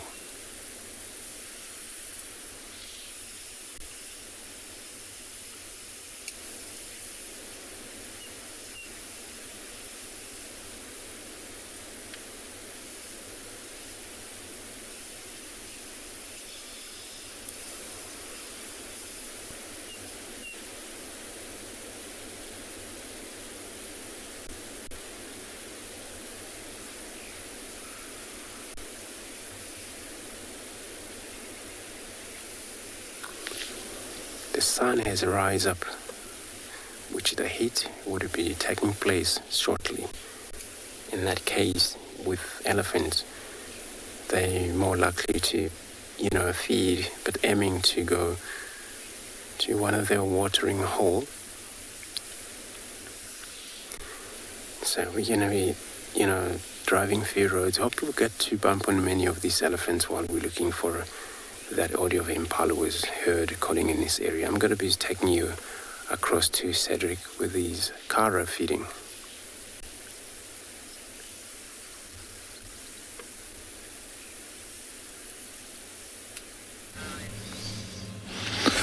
Okay, we managed to relocate finally. She did move off the kill. She's now lying on the big branch she was when we just got here earlier. We are quite close actually. We are almost underneath her. She's busy cleaning herself at the moment, licking all the blood off her paws and yeah. So unfortunately now she's looking on the other side of the branch, but sure she will look our way soon. Leopards like to be cleaned, so this is why every time after feeding they like to lick themselves and have a little bath.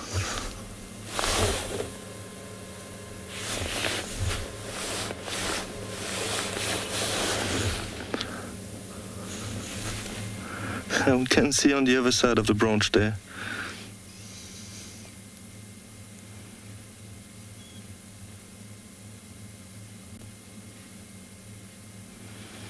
Nice little bath. She almost lost a kill again actually, just before we relocate, but fortunately the Impala is still in the tree.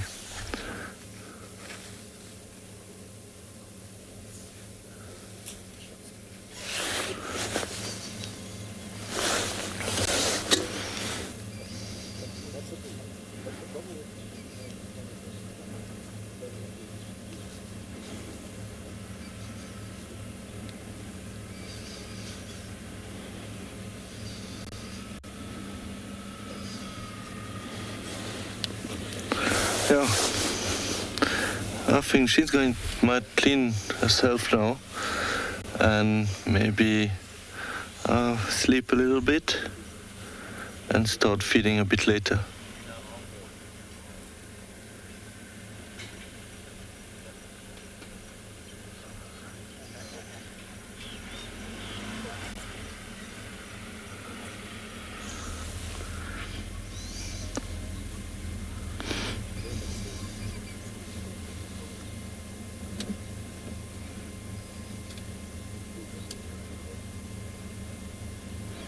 can see, as I was saying also, they have quite rough tongues.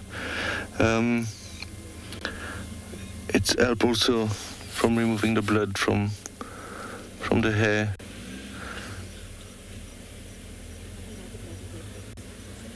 You can see those beautiful whiskers there.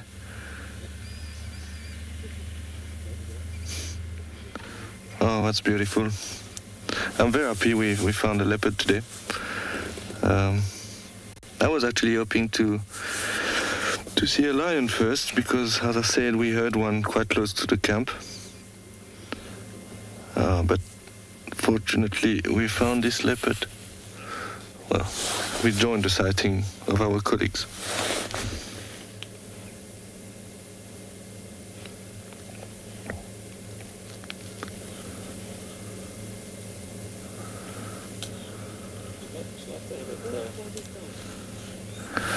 This place is really magical for leopards.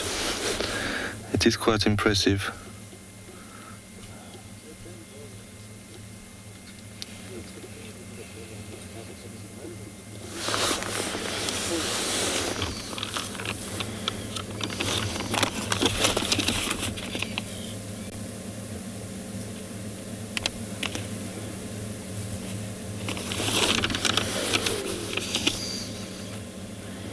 It's getting a bit warmer now.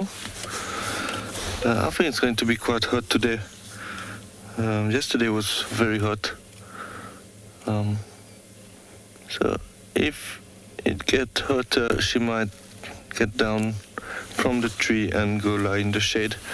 She will not get much shade in that tree. There's no leaves at all.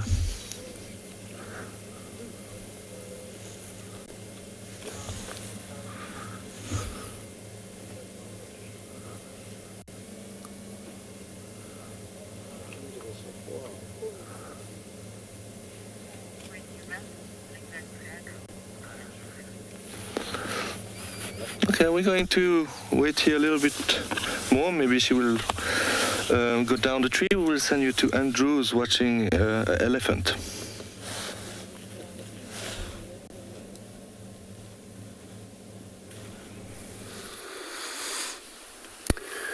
Good luck, Cedric, there.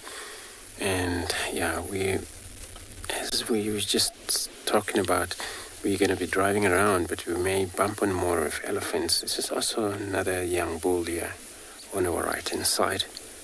Busy feeding around that little mound.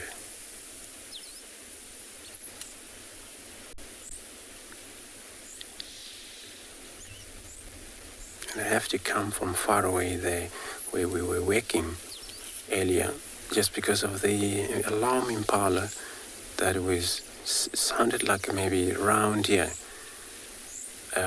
pretty much west, maybe southwest of a quarantine. And I stopped, take a listening again. That's when we were at the Galago pen, and then the alarm was going on still, but now settled down. But it's a better chance we could maybe hear more of that audio while we're stopping with the elephant.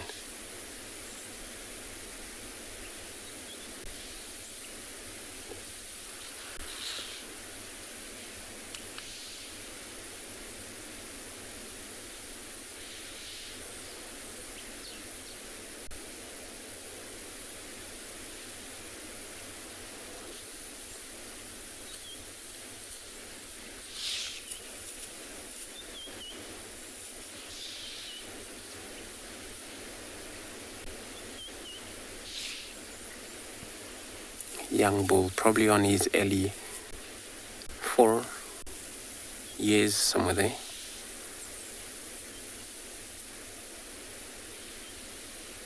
Or above that.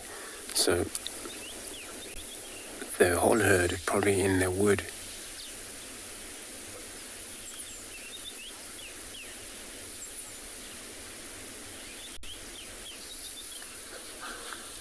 Oops, maybe it didn't like that.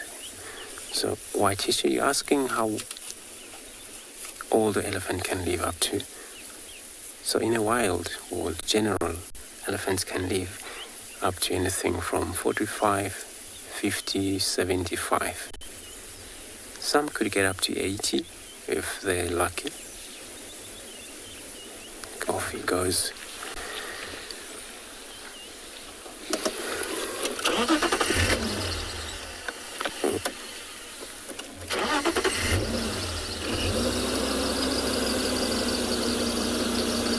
So we're gonna move on. I hope we get to spend time with this young bull. I didn't actually cooperate well there. There is more of them right in front, so I'm gonna leave them because there's a lot of them in the beautiful, slightly open there.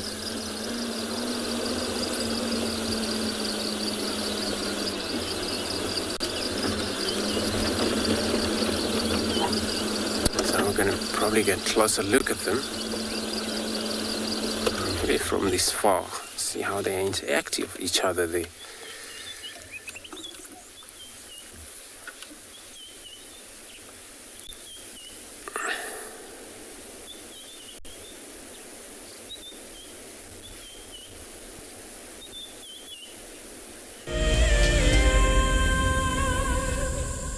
The annual Safari Guide of the Year competition aims to create awareness for those men and women who dedicate their lives to tourism and wildlife. This year's event will be held at Marataba, a breathtaking privately managed section of the Marakele National Park in South Africa's Limpopo province. In celebration of this, WildEarth and Marataba Luxury Lodges are offering all explorers a chance to win a 3-night stay at Marataba Safari Lodge for you and a friend. In addition to a spectacular land-based safari, Marataba Luxury Lodges offer an opportunity for guests to cruise peacefully along the Matlabas River, watching the animals as they drink and wallow. The lodge offers you a chance to lie by the pool or enjoy a spa treatment, and one night could be spent sleeping out under the stars in a luxurious treehouse. Sign up to be a WildEarth explorer before the 30th of June, and it could be you heading off on a long-awaited getaway. WildEarth Explorers.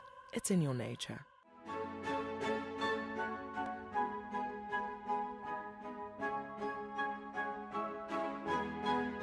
The Wildlife and Environment Society of South Africa, WESA, encourages people to care for the earth. Through innovative projects, they aim to reverse the serious issues that we face in the world today. One of these projects is Green Coast, a proudly South African award for sensitive and well-managed coastal sites.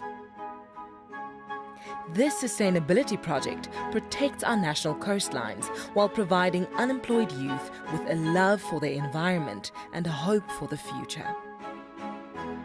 WESA is a membership and volunteer-supported organisation. Every supporter is helping to change the only earth we have. Visit our website to see how you can help care for our earth. It's a huge privilege to be in these incredible places with these amazing animals. I love filming lions. When they do get up and do something, it's always spectacular. When they are playing, are incredibly fun to watch, especially subalterns and cubs. I love being in the bush and working in these incredible places with these amazing animals. We want to bring it to you so that you can almost feel like you're right there and be able to experience it and enjoy it the way we are.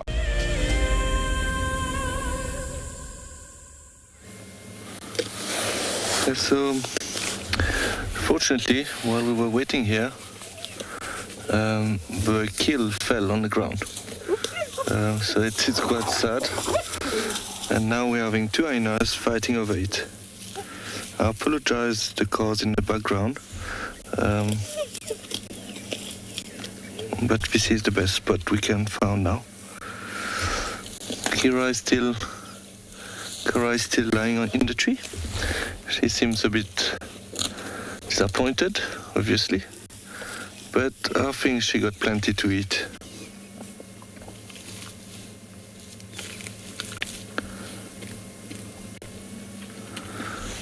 Now this piece of Impala is going to disappear very quickly. Obviously, hyenas will try to feed as quickly as possible before other hyenas come and join the party.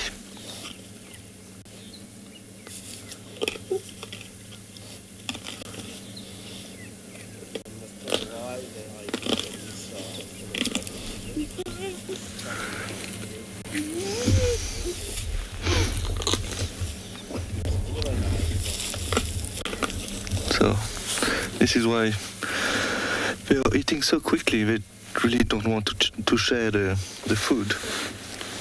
So the quicker they eat, the less chance they have to lose the meat.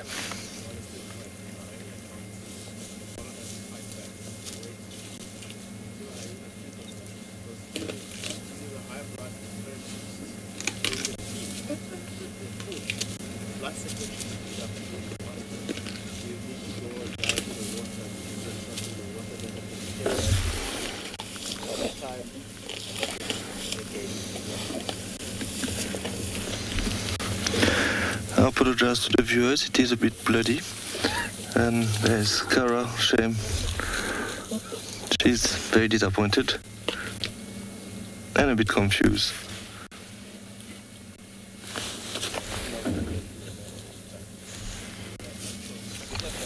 But as I say, I'm sure she got plenty to eat before it fell on the ground.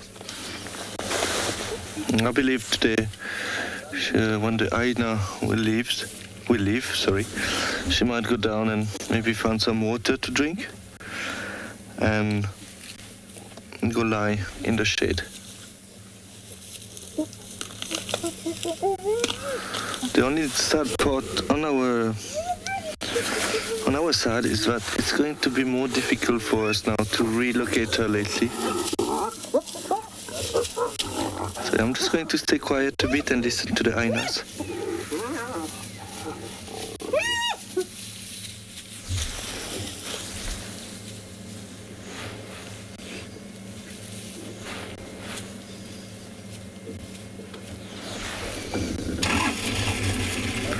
Yeah, so I was saying it will be a bit more difficult for us to relocate this leopard later. She might move off as she lost her kill, so.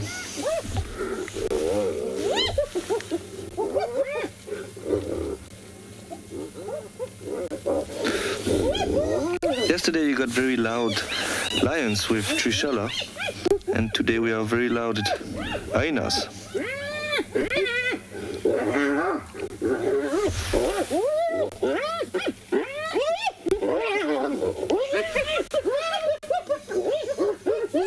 How's that?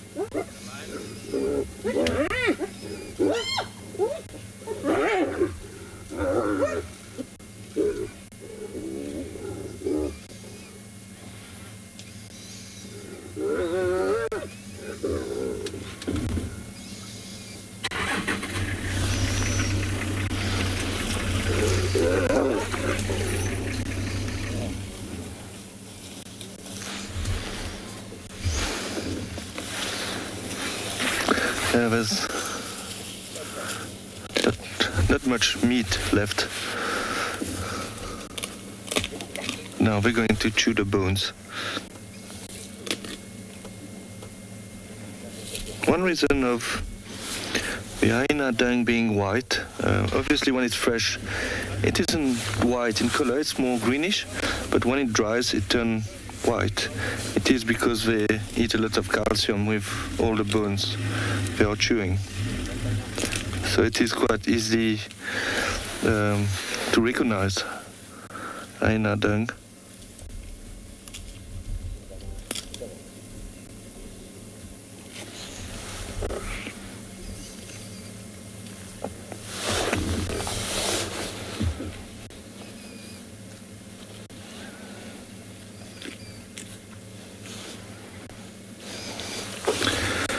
We jump from one leopard feeding to a hyena feeding.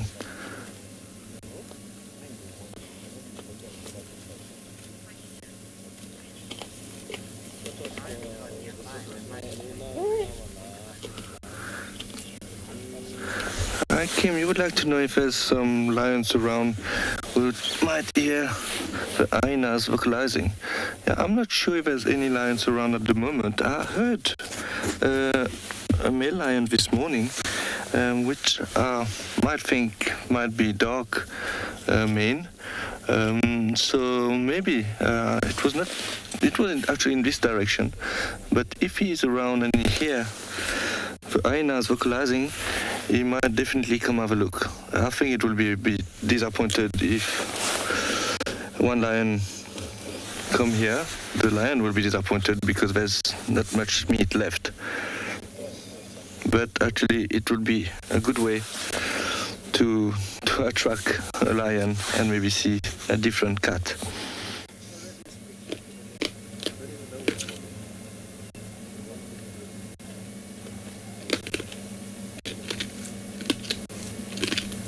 Let's hope that there's a lion around and then we can just stay there.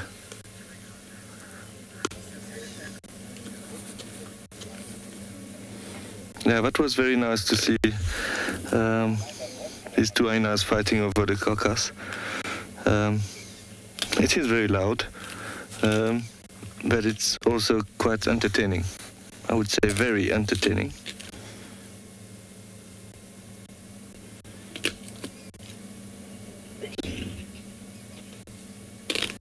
It is getting quite warm now.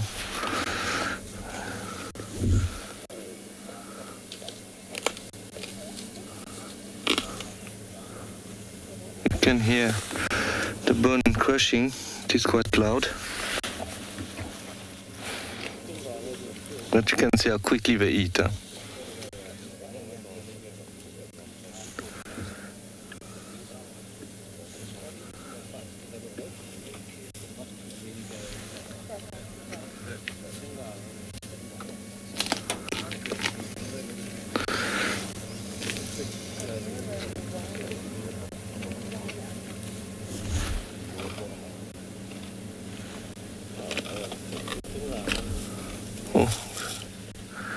It's quite amazing is that they're not wasting any piece of meat.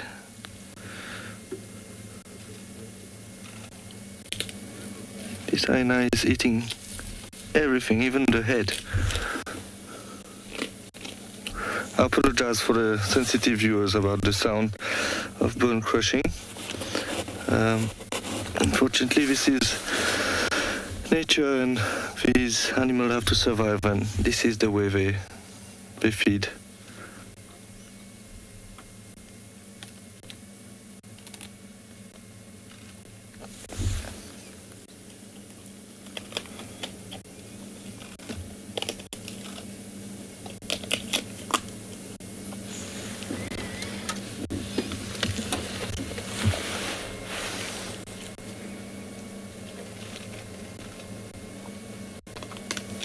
It is always nice to see two different type of predators on one sighting.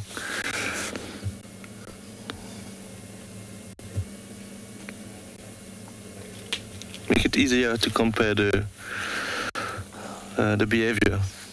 So this leopard was lying in the tree, feeding nicely alone, and these two hyenas was going to war over that piece of meat.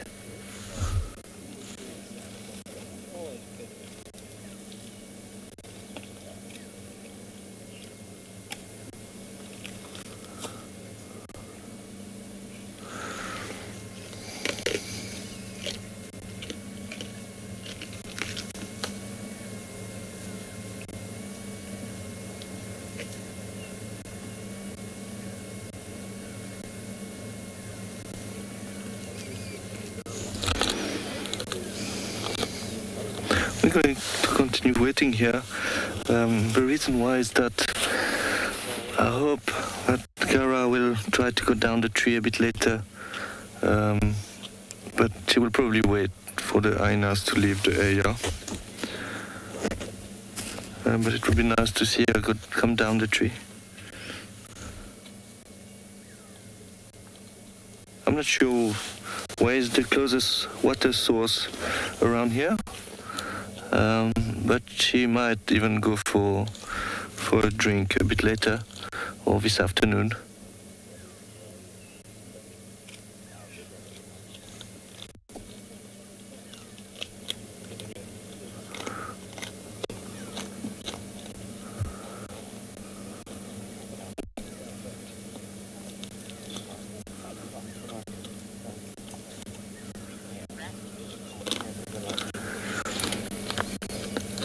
Yeah, so let's wait and see what happens.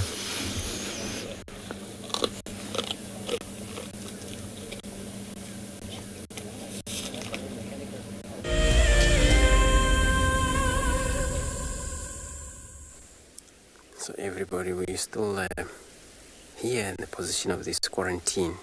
So the audio of those alarm call Impalas all settled down, and then I only hear the squirrels still calling back there. Maybe from here we're gonna drive this road and just to check, because also squirrels alarm call for a reason, and they see a predator that's around them, especially if it's a cat.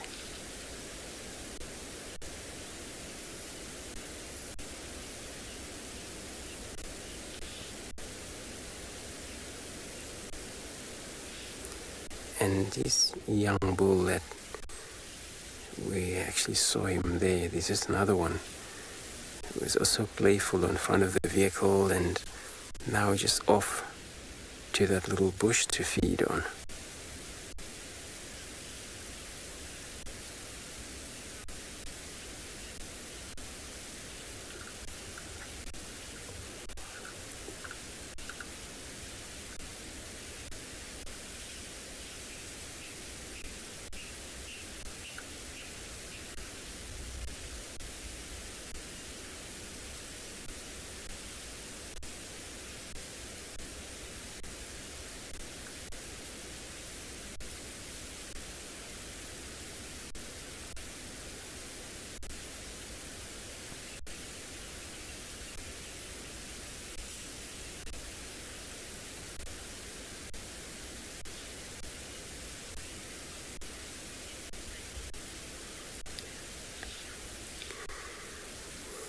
Now these ones still probably turn around looking at us. There's still a lot of playful animals that can play charge birds around here.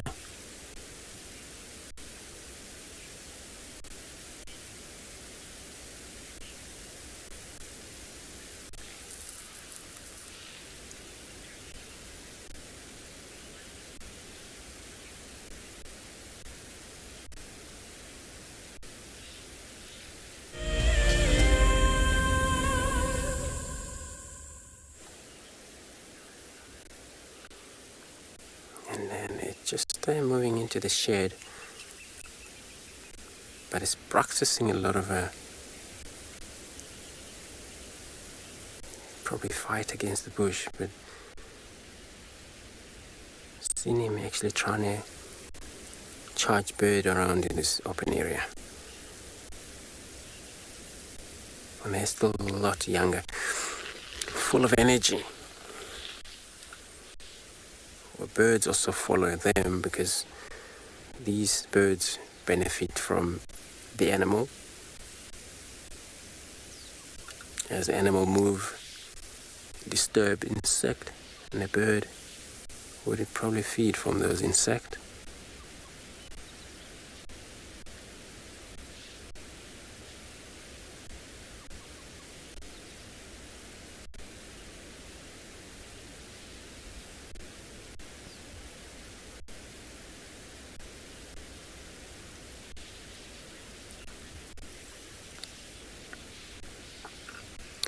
So we're gonna, probably the rest of the group coming out there, we're just gonna wait them to pass by. And in the meantime, we're gonna be sending you across to Cedric with these hyena fighting over a carcass.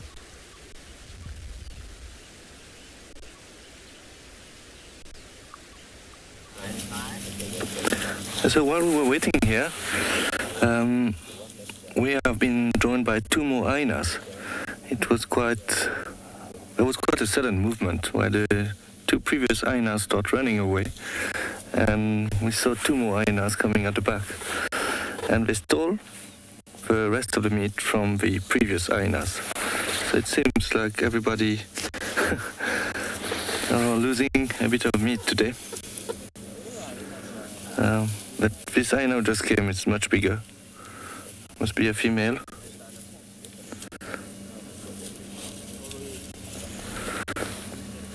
But there's not much meat left. So they're all sniffing around and trying to pick up some pieces. I must say it is still quite a very entertaining sighting. And our leopard is still lying in the tree. She's not going to come down soon now. I think there's too many hyenas around.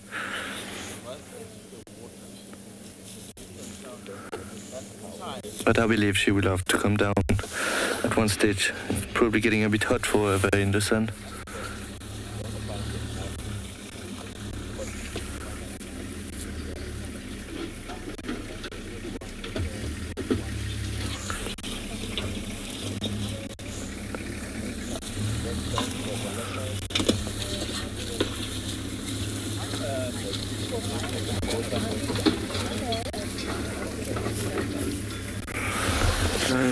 Vivian, I got off of the question. If FC just please repeat that for me.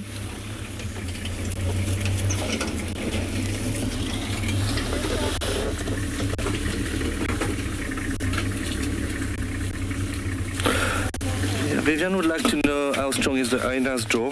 It is actually very strong. It is, I think, after the crocodile, the strongest jaw in the bush. So they do have very big jaw. This is why their head are so big, and it is very powerful. As you can hear, well, you heard earlier, when they were chewing the bone, they were crushing these bones quite easily. So, for example, a hyena skull, it's as big as a lion. It can weigh up to 3 kilos. So having a big skull make it easier to have a very strong jaw.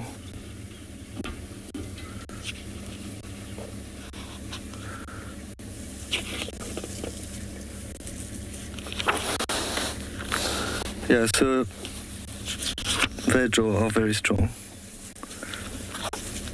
Stronger than lions and leopard.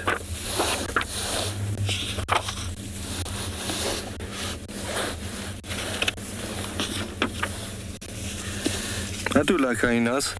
I think they are very clever animals. I'm not sure if most of your viewers like them, because they steal a lot of food from the leopards, but they are very clever and very cute as well when they are young. When they get older, they look a bit less cute, I must say. But this is a personal issue. No, but I think they are very clever. I really like the way they like to follow wild dogs and try to steal the food. So it is quite entertaining to see. So they can run very long distance for a long time. I mean, they can run for a long time. This is how they will actually kill their prey. In a group, the clan will start running a bit like the wild dog, but it will be slower, and try to catch the prey like that. And obviously, with this very strong jaw, one bite of the jaw of the hyena on the prey's skull will probably kill the prey.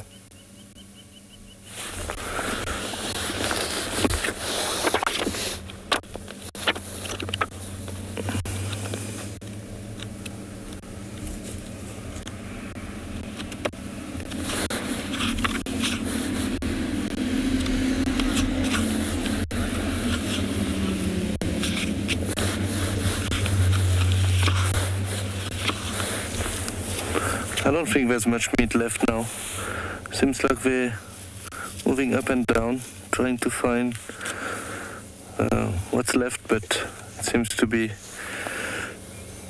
finished.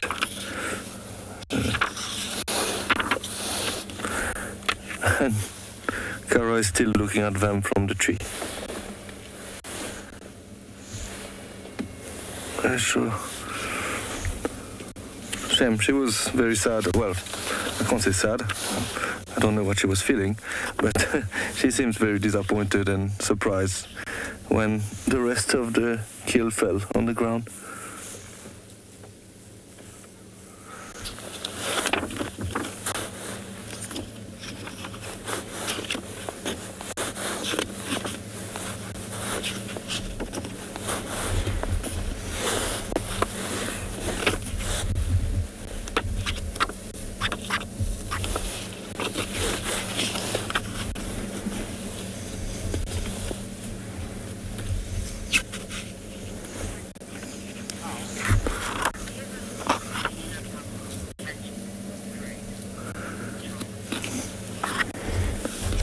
Charlie would like to know if I ever seen hyena cubs, if I understood well, catch small prey. No, I never saw, personally I never saw, but I'm sure as they are quite playful, if one of a prey, a small bird or another type of small animal to come close by, they will probably try, but personally I never saw it. Yeah, I got quite a very interesting sighting one time in the Kruger area.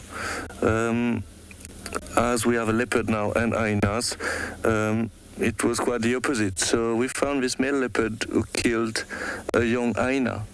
This is quite common between predators, where one species will kill another species young, just to eliminate competition. But so it was completely the opposite of today. Today we had these hyenas stealing the food from this leopard, and the other time it was one male leopard killing a small hyena.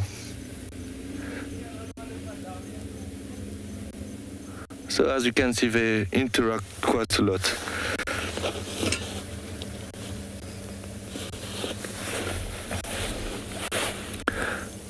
It's always fantastic to see two species like these interacting, fighting over food.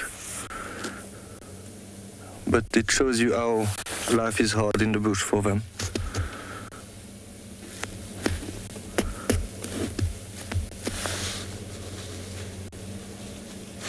It seems like that the hyenas are leaving now, so hopefully she might come down.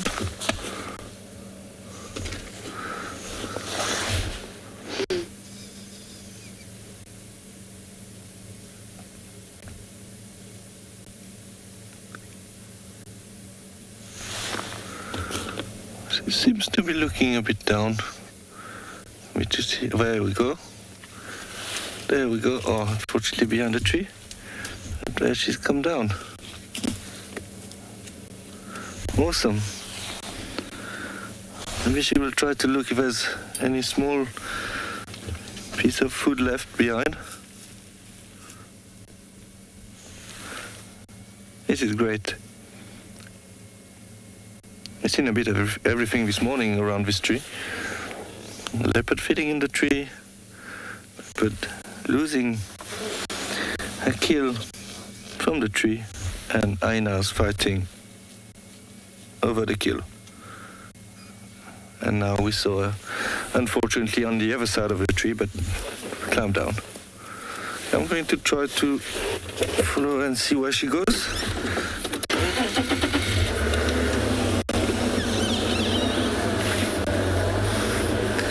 Might be a bit bumpy.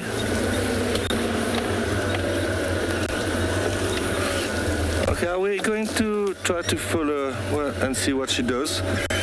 And we'll see what surprise we have coming to us.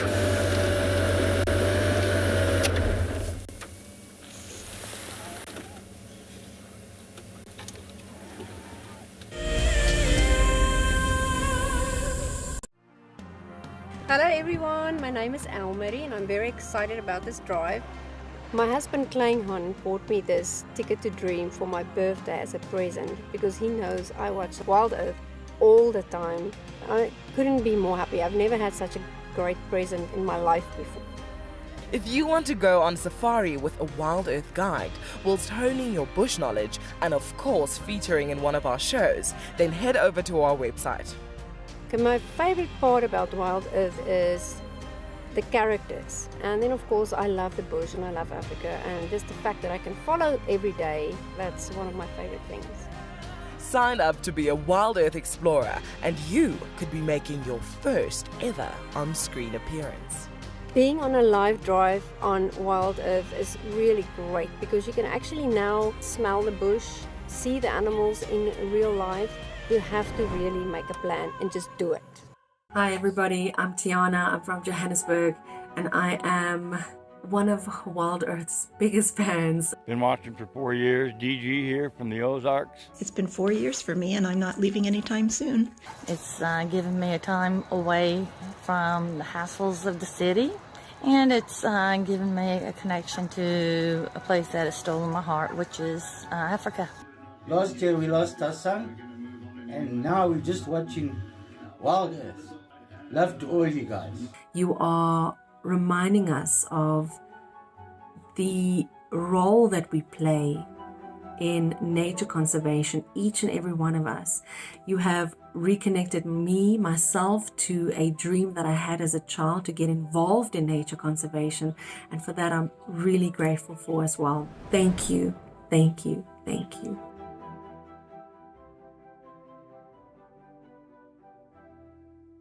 My name is Steve, and one of my favorite things at WildEarth is getting questions from you. The type of questions that I really like are those ones that really help us to unpack and understand and really integrate the ecological knowledge and fully appreciate the importance that animals such as these Cape buffalo bring to the ecosystem.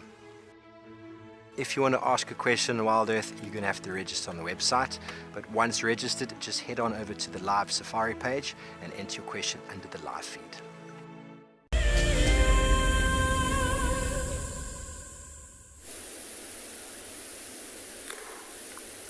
So our squirrels at the finish of whatever was feeding on probably was one of these marula nuts. But it's going to climb higher now. It's probably going to observe around the area. But usually, in my experience, if there was a danger, then the squirrel would be up in trees very far enough if it was a leopard. Or then if it is an eagle, then they call from below that branches, and then probably calling alert from the maybe bird of prey or something. Maybe it's not the same squirrel that we heard.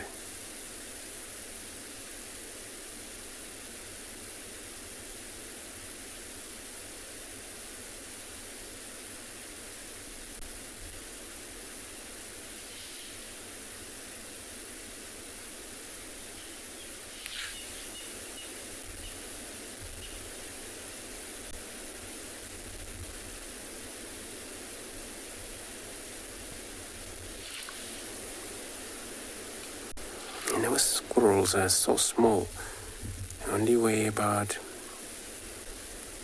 200 grams, somewhere there. So are so small.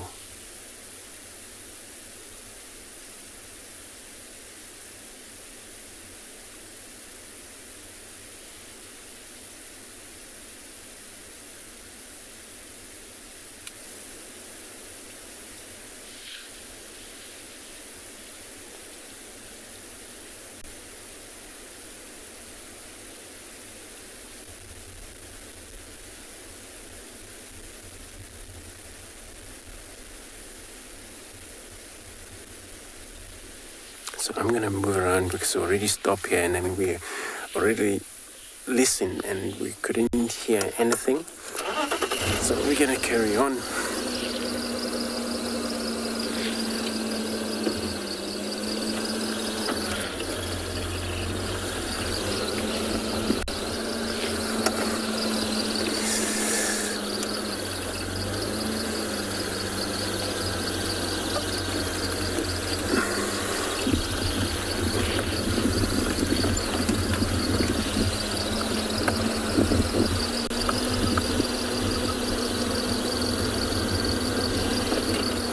So we're still not too far from where the herd of elephants was coming out from. So it looks like they pop out to that open. But not the whole herd, just a few of them. They already came to the open area.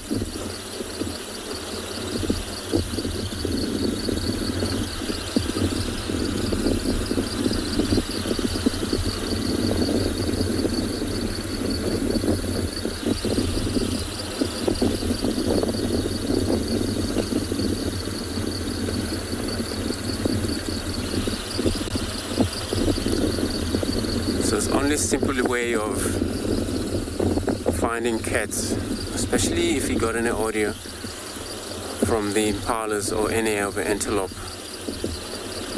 and then you focus on that, you're more likely to find whatever they're calling about, what threatened them.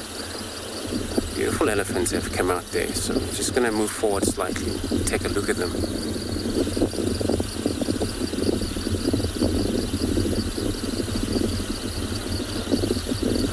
Quite a few of these young ones there with these elephants. Are so cool.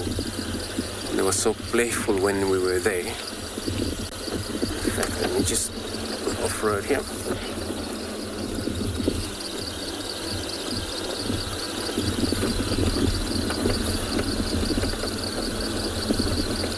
In fact, this is going to be a good actually distance, so they can still do their best of themselves. They have now come across one of the perch where it's slightly green, but all of it is surge. Some herbs they are after.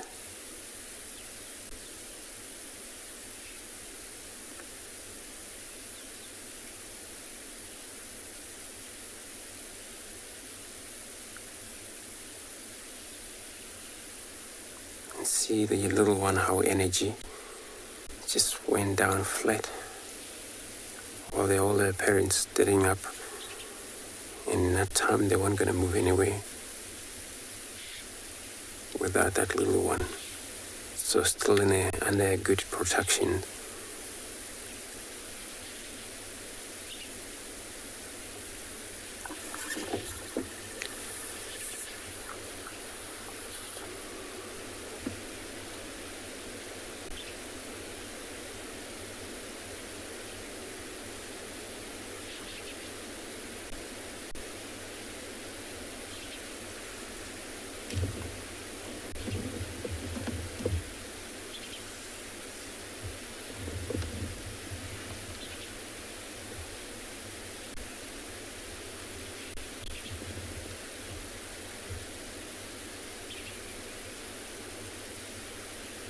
And it's always just watching elephants, especially if it's in an open area like that. You could get to see how they interact with each other.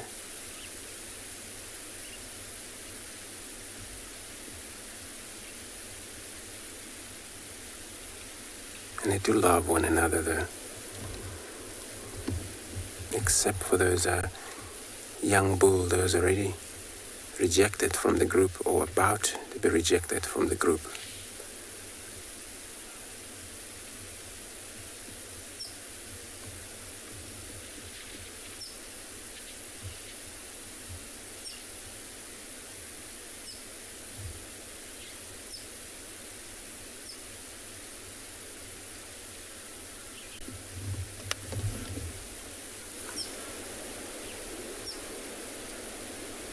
So a comment from Sarah saying that the little one is so cute.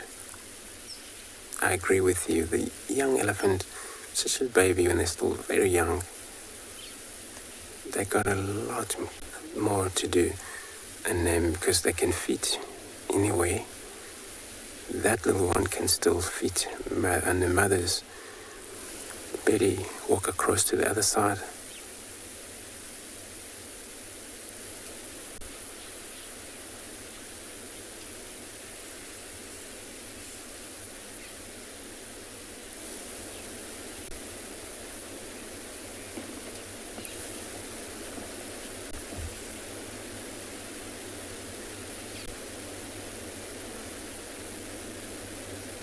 not still young, so it's probably just a few weeks.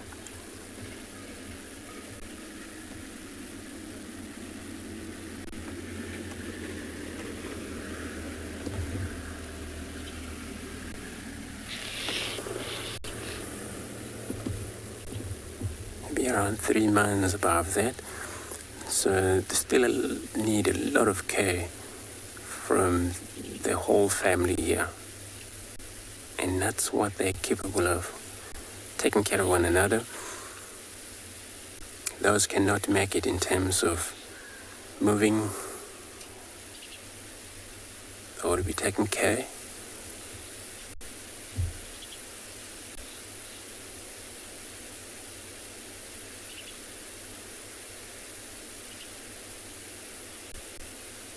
And those lost from this member, they will be actually communicating growl about until they get a response from the whole member.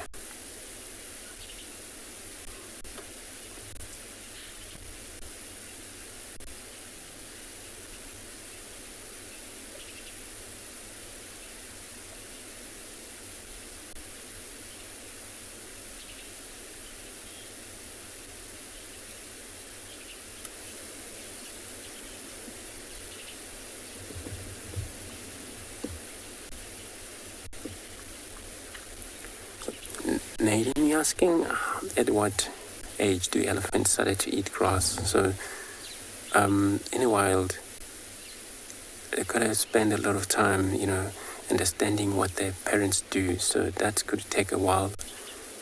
But anything from about 4 months up, and they started to exercise their trunk. And in that age, they already use their trunk to suck water, they already know how to do that. And then from that age upwards, they already then eat grasses and all the soft plants as well.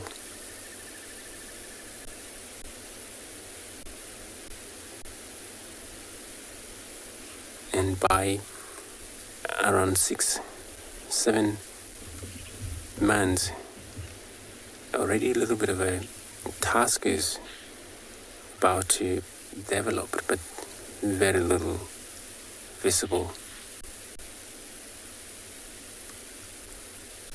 By a year old, the task is already visible. Even when they're above a year old, the task is still slightly developed.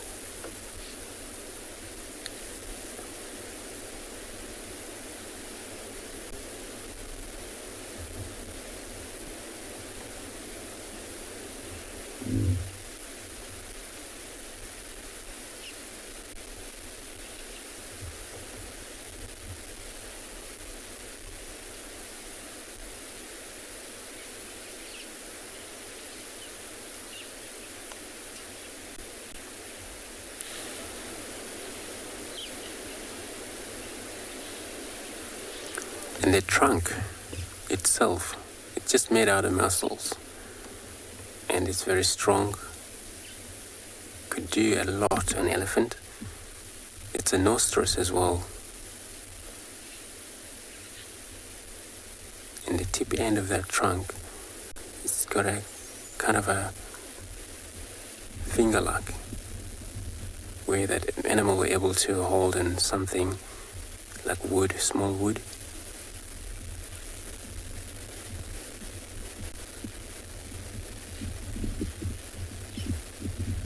Kind of like a clipper, but then also they would use that trunk to help when they feed, break stuff down, but it works together with the tuskers. The tuskers also important. Seeing the elephant without the tuskers and it play very difficult to get to feed.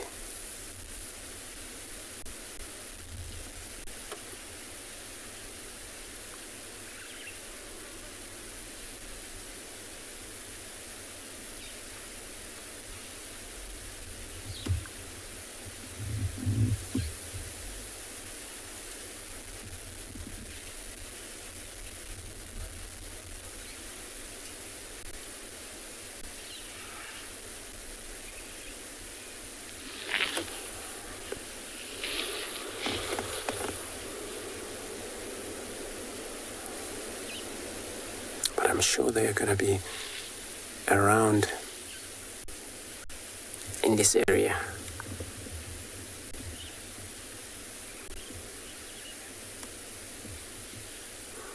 So we're going to stay here and just to see. Probably they're going to head towards us.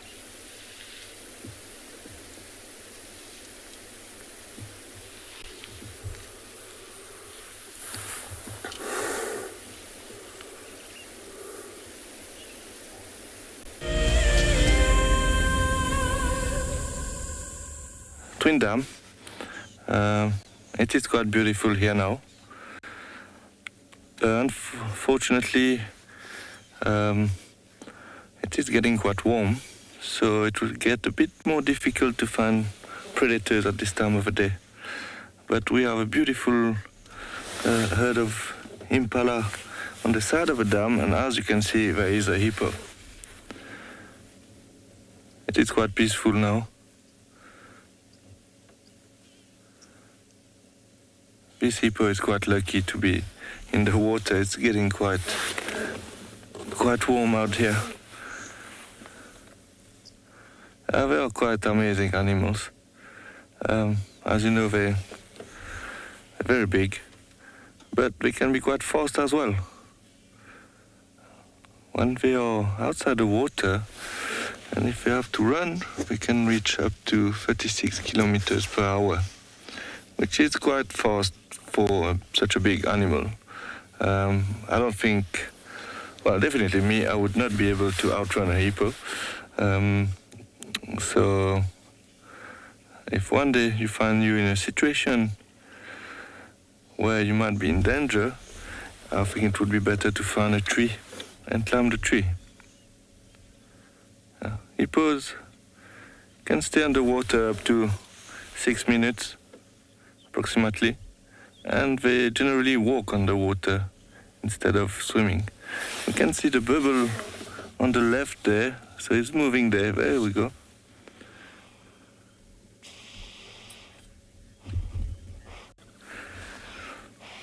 And they are actually from the same family species as the whale, Whippomorpha, which is quite surprising.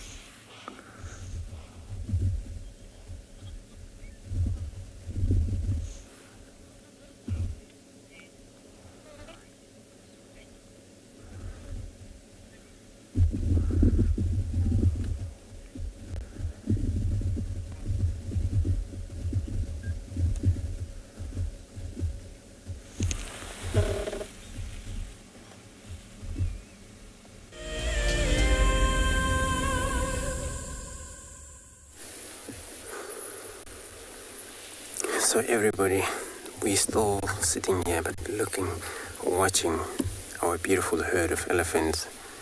I've seen these young ones always go down on the floor, and of course some of them, they're exercising their trunk to be able to feed on a very soft material of food.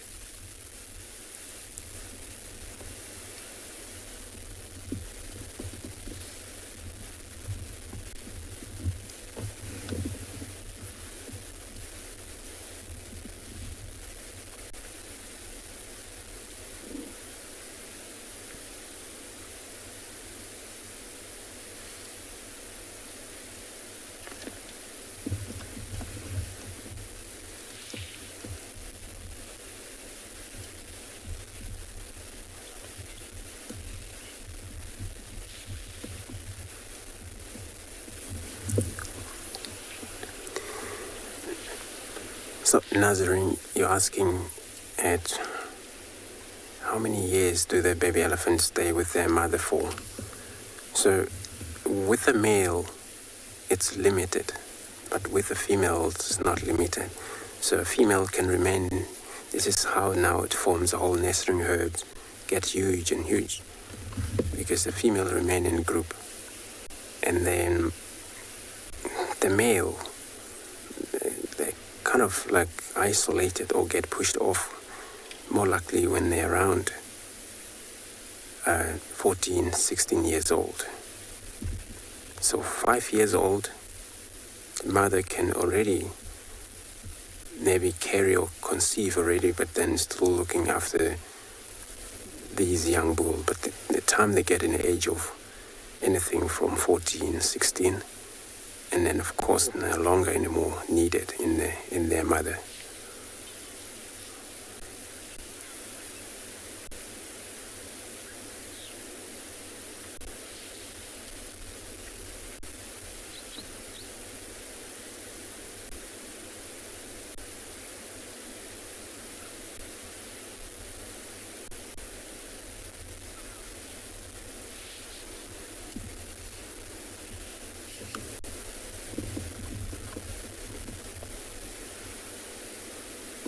And these young ones are still vulnerable to pride of lions, packs of hyena, if it's ever separated from their mother, which that's very seldom to see it happen. They're always close together with their mother. But their mother also making sure that the young one also keeping up with the group.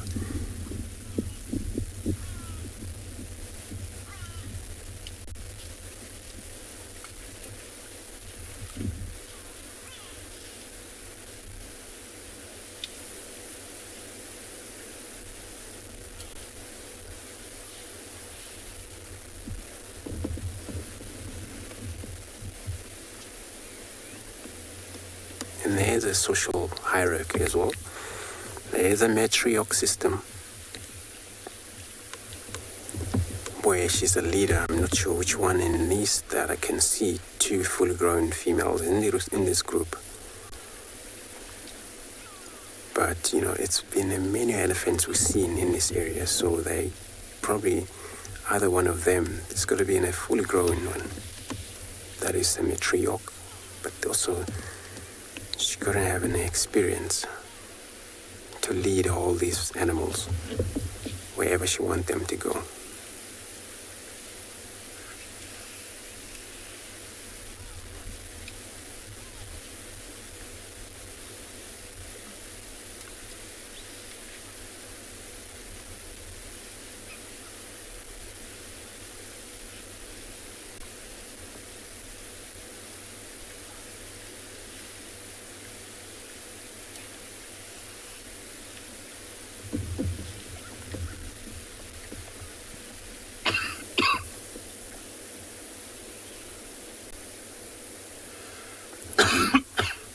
See those ears now flapping every now and then because of the slightly temperature rise. When they're in the sun, they would finally get slightly overheat their body, and they will have to flap their ears, accumulate the temperatures on their body.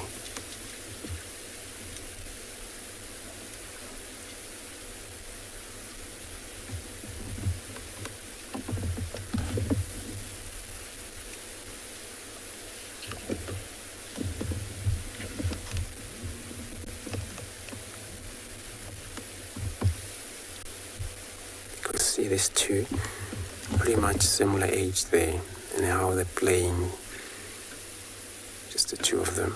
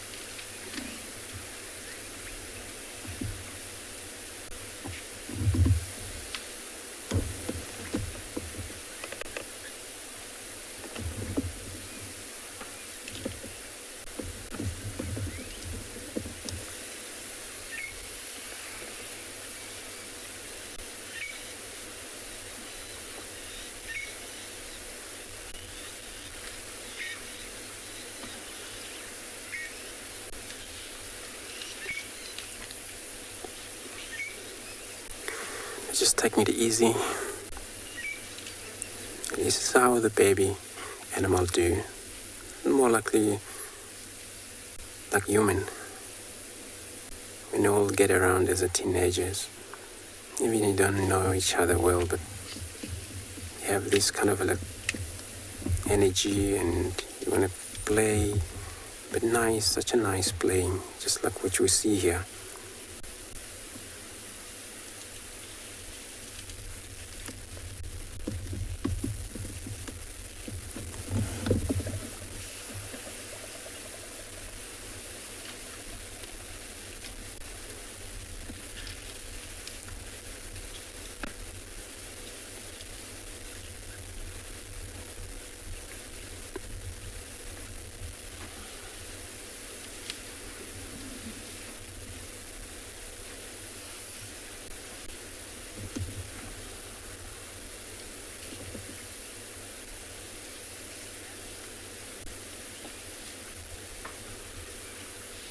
So I'm going to stick with this elephant, see what they're going to be up to.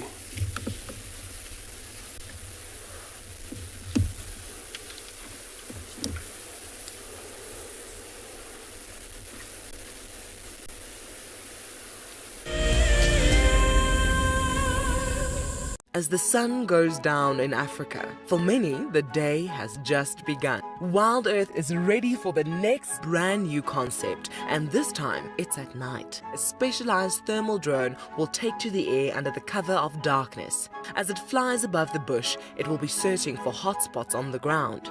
We might have a leopard on the far right of this group of hyena. The ground team will then be called to identify the animal. It is a warthog. That's exactly what it is. So there we go. It was a warthog that was running away from... Sorry, Warty. And of course, it is at this time when the big cats are on the hunt. Yeah, James, just head a little bit more left. Okay, Gabi, I'm going to go north around on Impala Road. Okay, the lions are on the move, guys. Lions are chasing the wildebeest. WildEarth is looking for a sponsor who can help turn this show to a long-running series. If you are interested, then head over to our website to find out more. wildearth.tv/sponsors. As one of the industry's best and Fagasa Indoors training institutes, NJ Moorfield Guide College produces professional guides of exceptional caliber and gives students from around the world an incredible experience. NJ Moore offers courses to suit all types of interests. The full-length career course results in a Fagasa accredited qualification and the option of a 6-month internship at one of Moore Family Collection's luxury safari lodges. Shorter courses are a great introduction for those considering a career in field guiding or even a life-enriching experience in your gap year. With spaces still available in July, don't miss out on this fantastic opportunity to live your African dream.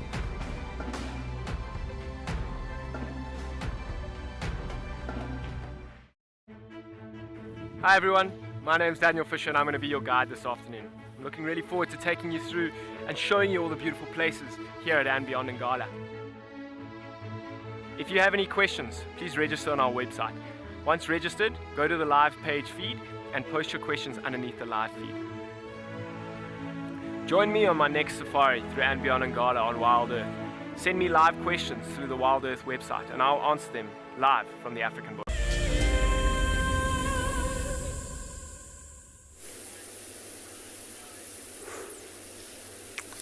So these two, they're up, the young one.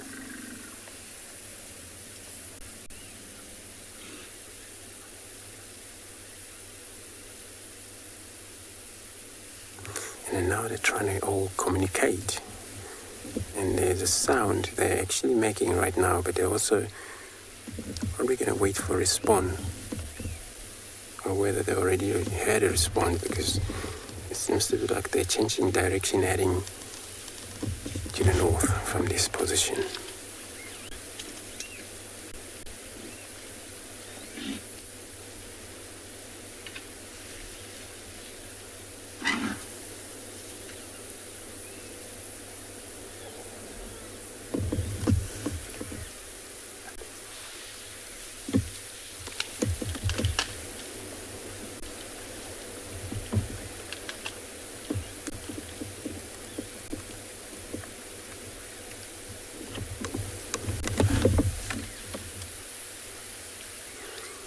And they've been sticking around here for a while, so it's probably the surge they're feeding on probably tastes good.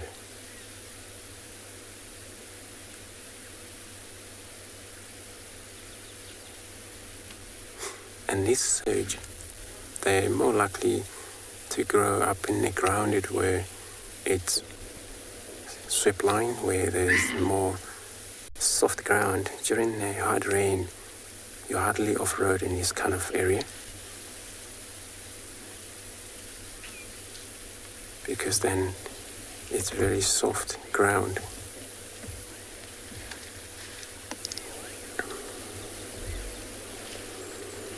But maybe, this afternoon they will be around Kari Dam, because this is where, close by the water station. Or otherwise, Galago Pen, it's one of another water station there, and that's where most of the others. So everybody, we're coming to the end of the show of this morning, and it was a privilege having you all on show. We'll see you this afternoon again. Goodbye.